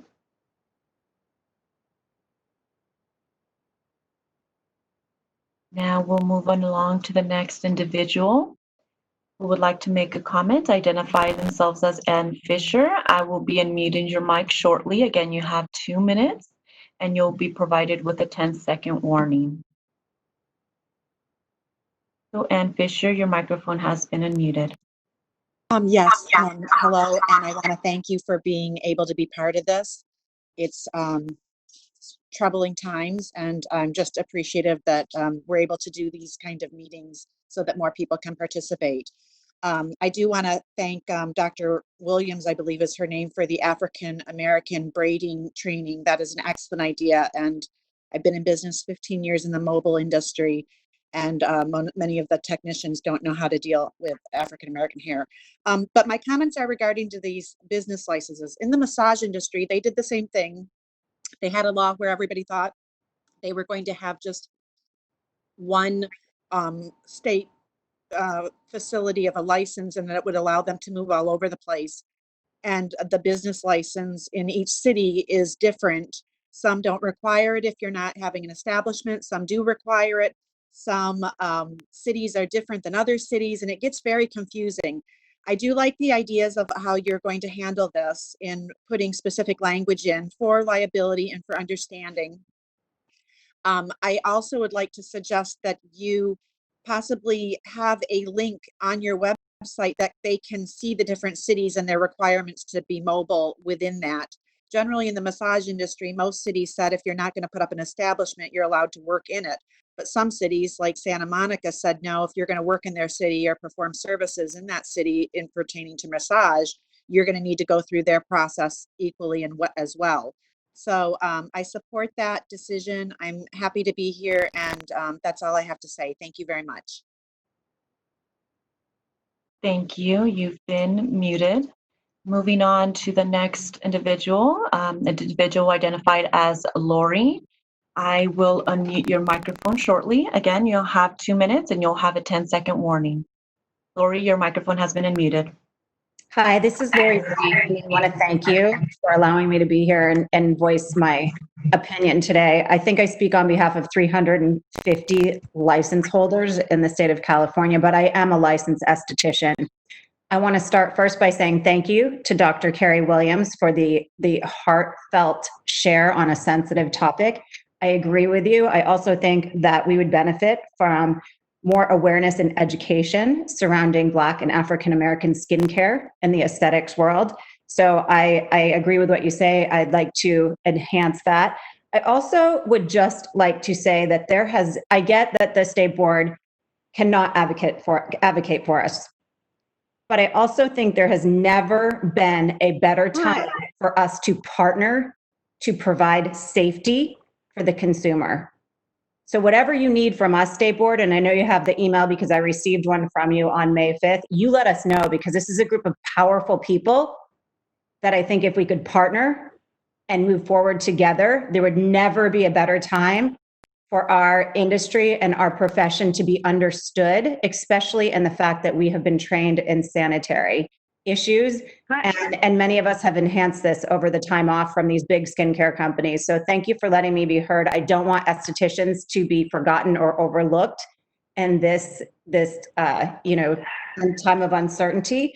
Let us know how we can help you. Let us know how we can partner with you, because I think this is really needs to be a priority. So I've muted Lori's microphone at the direction of the board. It seems that it wasn't related to the agenda item. That's correct. This is Sabina, legal counsel. We're looking at a specific, very small edit to subsection H for the PSP permit regulatory language. And we will take comments on that, and then the board will do a roll call vote. Thank you. Now, individual by the name of Kenya, I will unmute your microphone shortly. Again, 2 minutes, you'll have a 10-second warning. Your microphone has been unmuted. Hi, this is Kenya. I am here for the final comments. I thought that's where we were. Okay. I lost sound for a little bit. My apologies. No worries. Thank you. And that is all that we have. Requests for this item. Would you like me to close the Q&A feature? Yes. The Q&A feature has been closed. Thank you. Thank you. So we have a motion on the floor related to the edits in the PSP language. I will call for a board vote. If you raise your hand, I will call on you. Board members, I see Steve Weeks has his hand up. Steve Weeks, yes. Okay, thank you. Andrew Drapkin, Andrew Dredkin, yes. thank you. Christy Tran, Chrissy Trans, yes. thank you. Derek Matos, Derek Matos, yes. thank you. Calumet Pham, Callie Mae Pham, yes. thank you. Jackie Crabtree, Jackie Crabtree, yes. thank you. And Dr. Carey, Dr. Carrie Williams, yes. thank you. And Lisa Tong, yes. I believe that's all of us. I think so. Great. This is Sabina again. So that motion carries, and that edited language will be part of the next motion, including that updated date, which I'm assuming is in this, yes, is in under subsection I-1 on the same page as H, and it just changes the date from 2018 to 2020. And so our next motion will be one of those long ones that I like to read, and somebody might say, so moved.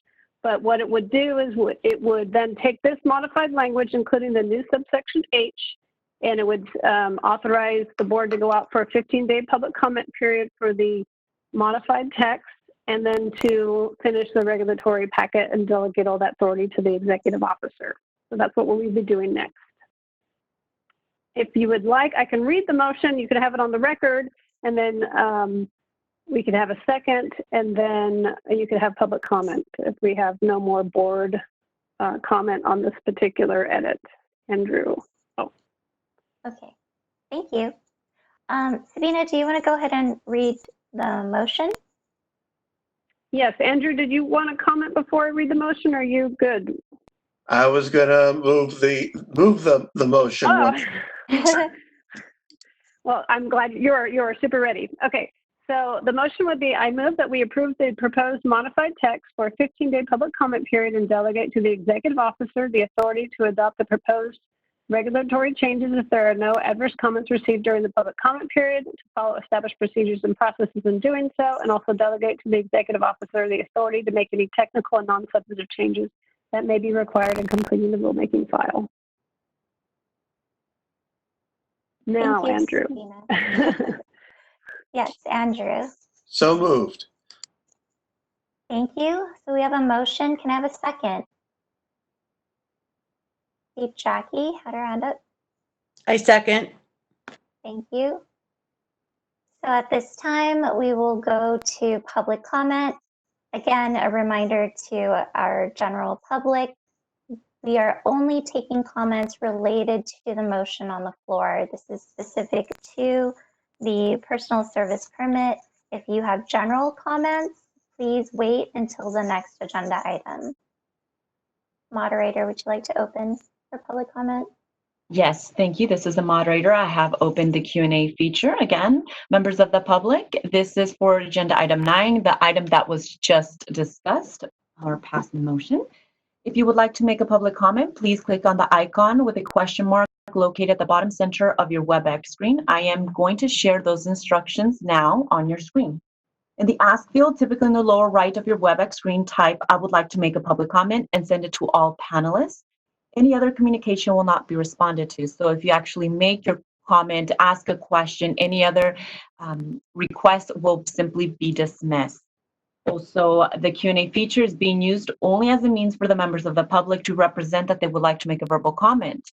Once you've been called on, you can actually make your verbal comment. And again, just as a friendly reminder, the hand raising feature is being used only by the board members and board staff and executives for them to be able to conduct their discussions and conversations. Members of the public raising their hand will not be called on. So at this moment, I will look through the Q&A. I haven't received any requests. Board President, would you like me to close the Q&A feature? Yes, since we have no requests, thank you. It has been closed. Thank you. Okay, so at this time, I'd like to go to a board vote. Board members, please raise your hands for a vote. Jackie Crabtree? Jackie Crabtree, yes. Thank you. Steve Weeks? Steve Weeks, yes. Thank you. Callie Pham?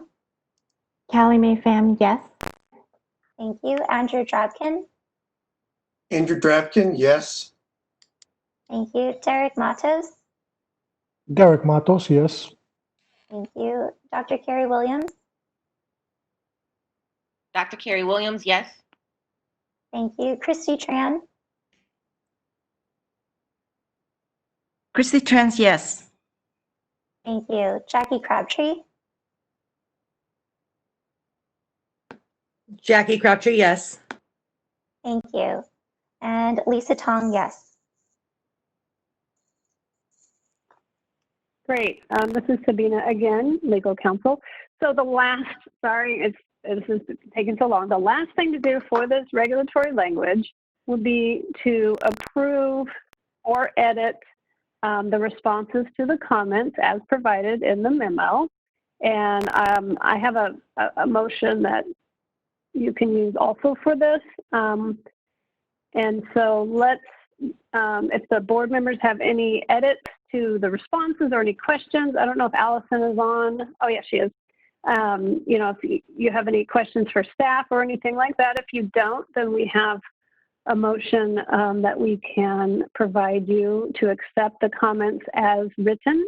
And then that would be one of the last steps here in tying up the last 45-day comment period for this language. Thank you, Sabina. Board members, are there any questions?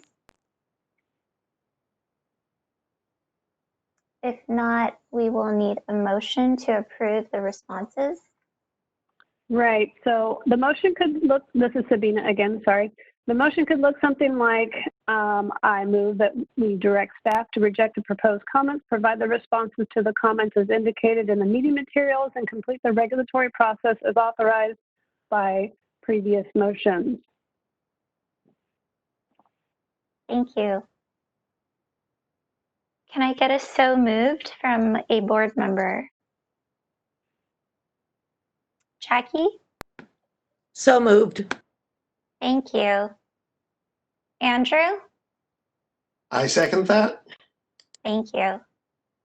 Okay, so we have a motion on the floor. At this time, we will take public comment. Again, a reminder to the public, we are only taking public comments related to this item. If you have general comments, please wait until agenda item number 10. Thank you. This is the moderator. At the direction of the board, I have opened the Q&A feature. Again, agenda item 9, the motion that was just discussed. If you would like to make a public comment, please click on the icon with a question mark located at the bottom center of your WebEx screen. Type in, I would like to make a public comment, and send it to all panelists. Any other communication will not be responded to.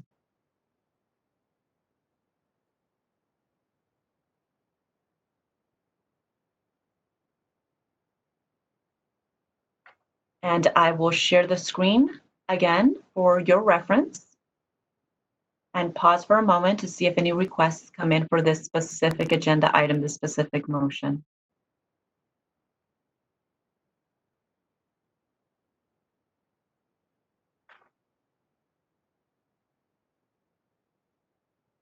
Board President, no requests were submitted. Would you like me to close the Q&A feature? Yes, please. The Q&A feature has been closed. Thank you. Thank you. At this time, we will go to a board vote. So again, board members, please raise your hands. Christy Tran? Christy Trans, yes. Thank you. Andrew Drabkin? Andrew Drabkin, yes. Thank you. Steve Weeks? Steve Weeks, yes. Thank you. Derek Matos? Derek Matos, yes. Thank you. Calame Pham? Callie Mae Pham, yes. Thank you. Jackie Crabtree? Jackie Crabtree, yes. Thank you. Dr. Carrie Williams? Dr. Carrie Williams, yes. Thank you. Lisa Tong, yes.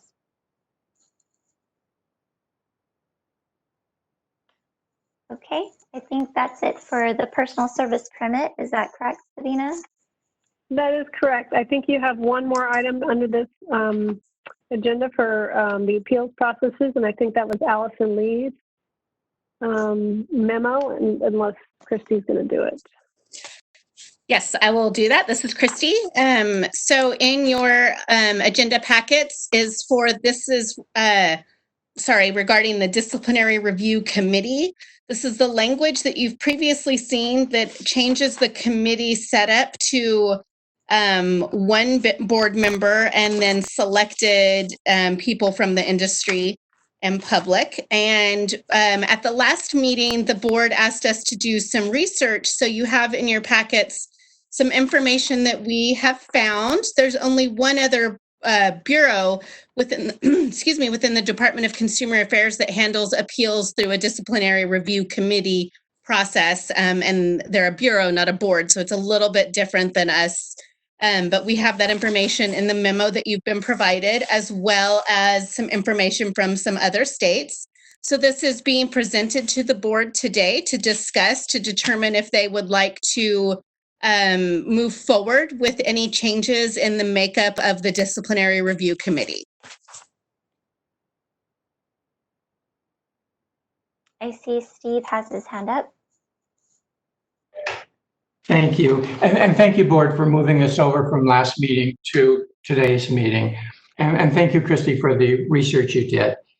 But I've always thought that involvement of the board on the DRC appeals level keeps us in touch with how our regulations are working on a practical basis with our licensees. And I think this is valuable in developing new regulations or modifying the old to better reflect the current needs in our industry. For some of us on the board, this is our only opportunity to get direct feedback from our licensees. But I do understand that conflicts can occur in the appeals process with three of our board members originally heard a DRC case, as we've experienced that in the last months. So moving ahead with the resolution as it's presented, my only concern is that if we replace the current DRC composition, that we create an even better system. And to that end, I would suggest just two following additions to the amended language. One would be that each individual DRC committee meeting should be chaired by a board member. And two, that the board member who chaired the DRC report to the full board at the next scheduled board meeting, a summary of the committee hearing results, and any necessary regulations that may require change, review, or clarification by the board or appropriate board committee. We often discuss it as board members when the three of us have been there in the past, but for some reason it's never quite made it onto the board to really solve some of the problems that we've seen happen and listen to some of the concerns we have at the DRC meeting. So I think with these two areas, we could really make an even better system.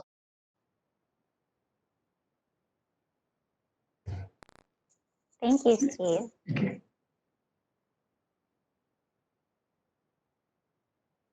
Do any of the board members? Andrew, I see your hands up. Steve, just some clarification. Are you suggesting only one board member be a part of the DRC each hearing and therefore be the chair? Or are you suggest? I'm suggesting that according to the existing language of the resolution, there would be only one board member there. But whoever board member was there would act as chair to bring the results back to the next board meeting.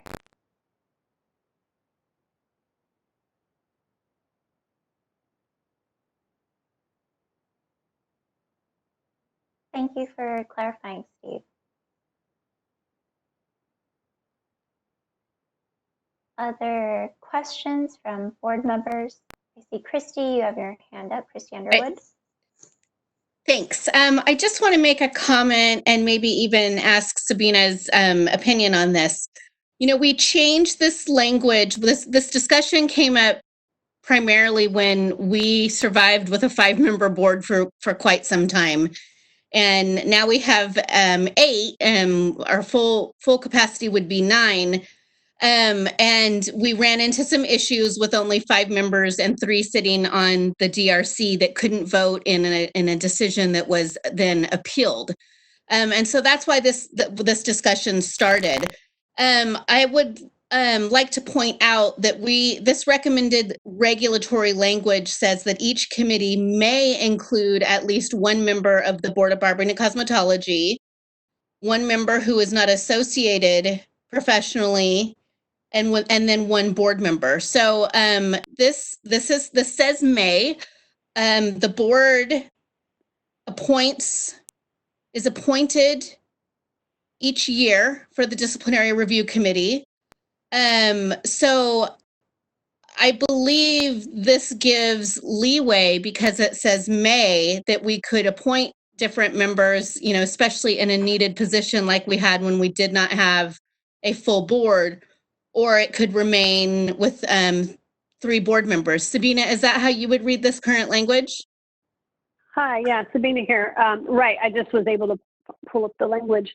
Yeah, so that's discretionary language. So it could be, it doesn't say shall or must or, you know, anything like that. So it is going to be discretionary on with all those following numbers of each of the members.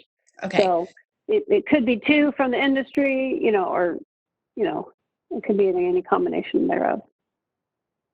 Great, thank you. So moving to Mr. Weeks's point, which I think is a great idea, and I think we could possibly even take it a step further in that the disciplinary review committee doesn't necessarily have guidelines for our members, and I think that's something that we could possibly meet on as a disciplinary review committee and develop.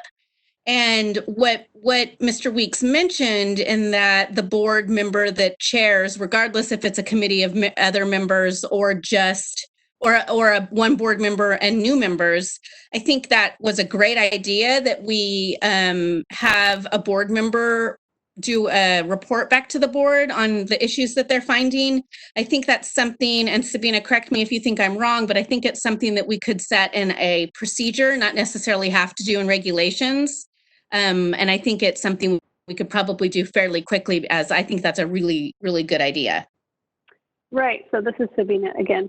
So, you know, reporting out after these type of meetings, so long as specifics or any, you know, we can't discuss any specific cases like that. You can and you can't. But I think also maybe doing a standing report from the DRC, and maybe that's like, it might almost look like an EO report with statistics, like, you know, the last quarter, we saw, you know, 10 citations for unlicensed activity and 1 for, you know, something, you know, and so they can see maybe where the trends are and where they're seeing the appeals and the citations come through, or whatever other potential issues that they are encountering, and it might be good feedback for the board and the executive officer and the staff. Thank you. So I see 3 hands up. I think I saw Jackie's hand first. Jackie, you want to go ahead? I agree with Steve on this language, and I think it's important that we do have in the language a chair of that committee, just because all of us know, serving on DRC, how many issues we listen to and try to help understand for all of us. And so when we're bringing in new people to do this, to help them with the understanding of how this process works, so that we are able to maintain some, lots of words, some way to make sure that we're all covering the proper protocol as we're moving through that. So definitely a person in charge would be great. Thank you. Andrew, you have your hand up? Yes, just a couple of questions, comments, whatever. First of all, couldn't the DRC report, in a sense, be included in the executive officer's report? Kind of when she goes through the parts of the hearings, they break down we had this many hearings about foot spas and this many hearings about X or Y. Also, if I'm correct, I mean, the issue is that, as you said, that we had not enough members at one time to serve and also then be able to hear an appeal. We wouldn't have quorum. So currently, we all serve on DRC, and whoever's available, it's a pool that makes up the hearing. Could we add more people just in general to that pool, ex-board members, et cetera, for the hearing? So therefore, if it can be heard by all all board members, that's great, but it gives us the flexibility to appoint other people if necessary. So hearings could occur without having to appoint a board chair per se. I'll pause. So this is Christy. So really, the committee, we haven't had committee meetings in a long time in this board with the last lack of members we've had. But when we do start having our licensing committees, our enforcement committees, those committees should appoint chairs regardless. And we should do the same for DRC. And usually those committee chairs will report back on their committees that they are chairing. So I don't know that we need it in language, but I think it's a great idea that we do appoint a chair, and then it helps staff so that we can work directly with that chair on those committees on scheduling and so forth. So whether or not it's part of the executive officer's report, I think when some of our members that participate in a lot of those DRC hearings, and I, as executive officer, I try to attend them, but I'm certainly not attending all of them. They have a much more perspective of what they're seeing on a case-by-case basis to be able to report that information. I do think the regulations, what they're saying is that we may be able to appoint different members. So right now, the regulations say it has to be board members. So if we want the option of appointing anyone else, we have to set that up and change the regulations. It's the board's decision to do that. The board can decide not to pursue this. And that's certainly the board's decision to make that happen today. So Andrew, did I answer your questions? I think so. Thank you. So I see two hands up, or now one. Jackie, go ahead. Yes, I just wanted to say that I believe that this language in here is then good. It's perfect because I think the most important thing, as Christy's saying, is that it says may. And that is the biggest thing. So then if we are in positions in the future where we don't have enough board members, this gives us an opportunity to be able to have other people come in and under these DRC meetings. Thank you, Jackie. Sabina, you have your hand up. Yeah, sorry, I had initially forgot what I was going to say, and that's why you saw my hand disappear. What I was going to suggest or ask Christy about, maybe it's also a good time. I'm not sure what part of the year you review your board member procedure manual, and if you have any procedures in there for all your standing committees, it might be a good time to review that once this language, if the board chooses to update the language, that might be a good time to look at the board member procedure manual as well, and then we can make sure we include committees. Thank you, Sabina. Jackie, you still have your hand up. Did you have another comment? Sorry. Thanks. So Steve, does everything sound good to you in terms of addressing your comments? Are you okay with some of these items being addressed through process and procedure versus the language? I am I think we might have addressed both of these already. I think we're pretty much in agreement with the concept of chair. And we're pretty much in agreement that it should be shared with the board. And those were my two main concerns there, that there be someone chairing it, and that if that chairman brings it back to the board or the applicable committee of the board, so that we can hear the results of what happened and any modifications that may be necessary after talking with the licensees. Right. Thank you. And I also want to just say that I support your recommendations, Steve. I think they're really great additions, so thank you for that. Okay, so I think the next step, if there's no further discussion from the board members regarding this language, I believe we will need a motion. And Sabina, do you want to help us define the language for that motion? Yeah, so I'm not sure what the board, what pleases the board, but I am available to read that regulatory language proposal. Motion that would encompass delegating that authority to the executive officer and to start moving this proposed language forward for a 45-day public comment period. So if I have indication from any board members who would like to make that motion, again, it's up to the board whether they want to change this language for the DRC or not. Go ahead and indicate, please, if anybody would like to make such a motion, and I can read my long paragraph. Thank you. So can I have a board member volunteer? I see Steve's hand up. I suppose I would be the one that would make the motion on that. Yeah. Thank you, Steve. Motion from Steve, and then, oh, Sabina, go ahead, and then I'll move to Jackie for probably a second. Right. I move that we approve the proposed text for a 45-day public comment period and delegate to the executive officer the authority to adopt the proposed regulatory changes if there are no adverse comments received during the public comment period, to follow established procedures and processes in doing so, and also delegate to the executive officer the authority to make any technical and non-substantive changes that may be required in completing the rulemaking file. Thank you, Sabina.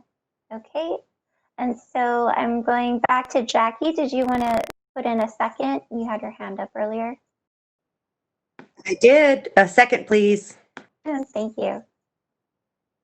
Okay, so we have a motion and a second. At this time, we can go to public comment. Again, this is a reminder to our public that at this time, we are only taking comments related to the motion on the floor. If you have general comments, please wait until the next agenda item number 10. So at this time, we can go to public comment. This is the moderator. At the direction of the board, I have opened the Q&A feature for public comment. Again, for agenda item 9, the item that was just discussed and motion passed on. Now I have the slide with the reference information for how to submit your public comment. Again, if you're interested, please click on the icon with a question mark located within a square at the bottom center of your WebEx screen. In the ask field, type in, I would like to make a public comment, and send it to all panelists. Any other communications will not be responded to. Don't type in your question, your comment in the question box. Type in the request to make your comments. Once unmuted, you will be able to verbally state your comment. Also, the hand raising feature is being reserved for the board members and board staff to utilize to facilitate their discussions. So at this moment, I will be pausing and see if we have any requests for public comment. Again, please say, I would like to make a public comment. Any other questions or comments typed in the question box will be dismissed.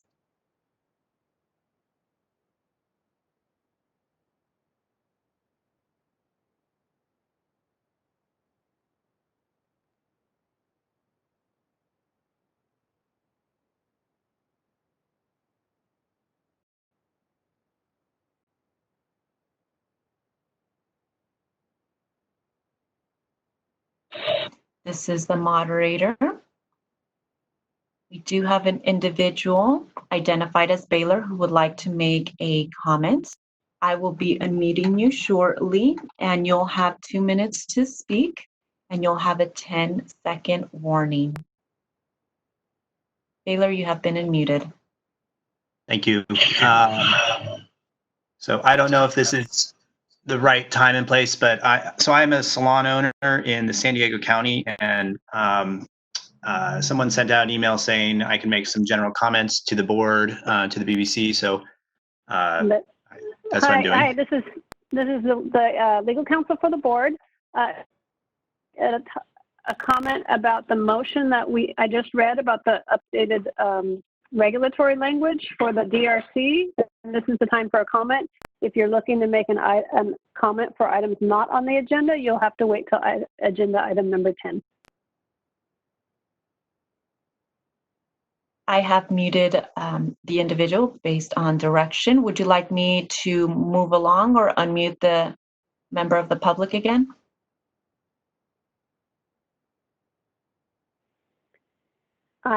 No, I think we're okay. I understood that comment is not related to the language that we are discussing right now. Thank you.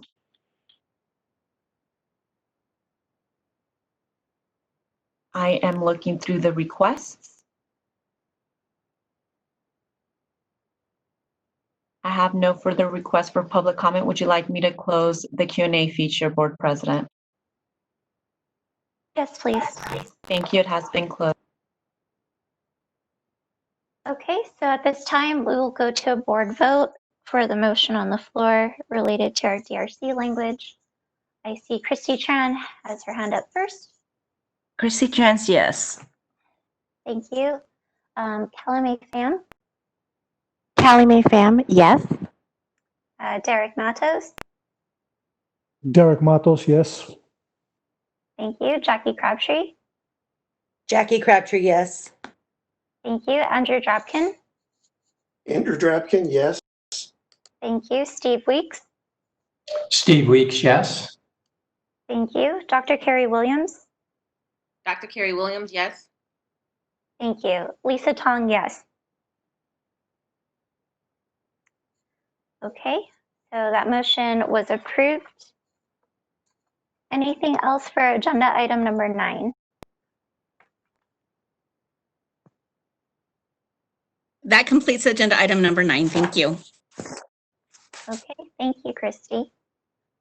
So I have been asked for a 10-minute break before we start on agenda item number 10, which I know that many members of the public are waiting for. So I would like us all to be very conscientious of time. It is currently 11:22, and we would like to take a 10-minute break. So let's convene at 11:32 a.m. Moderator, is that okay with you? Yes, 11:32. I will put up a slide with the time that we'll be coming back from recess. Thank you.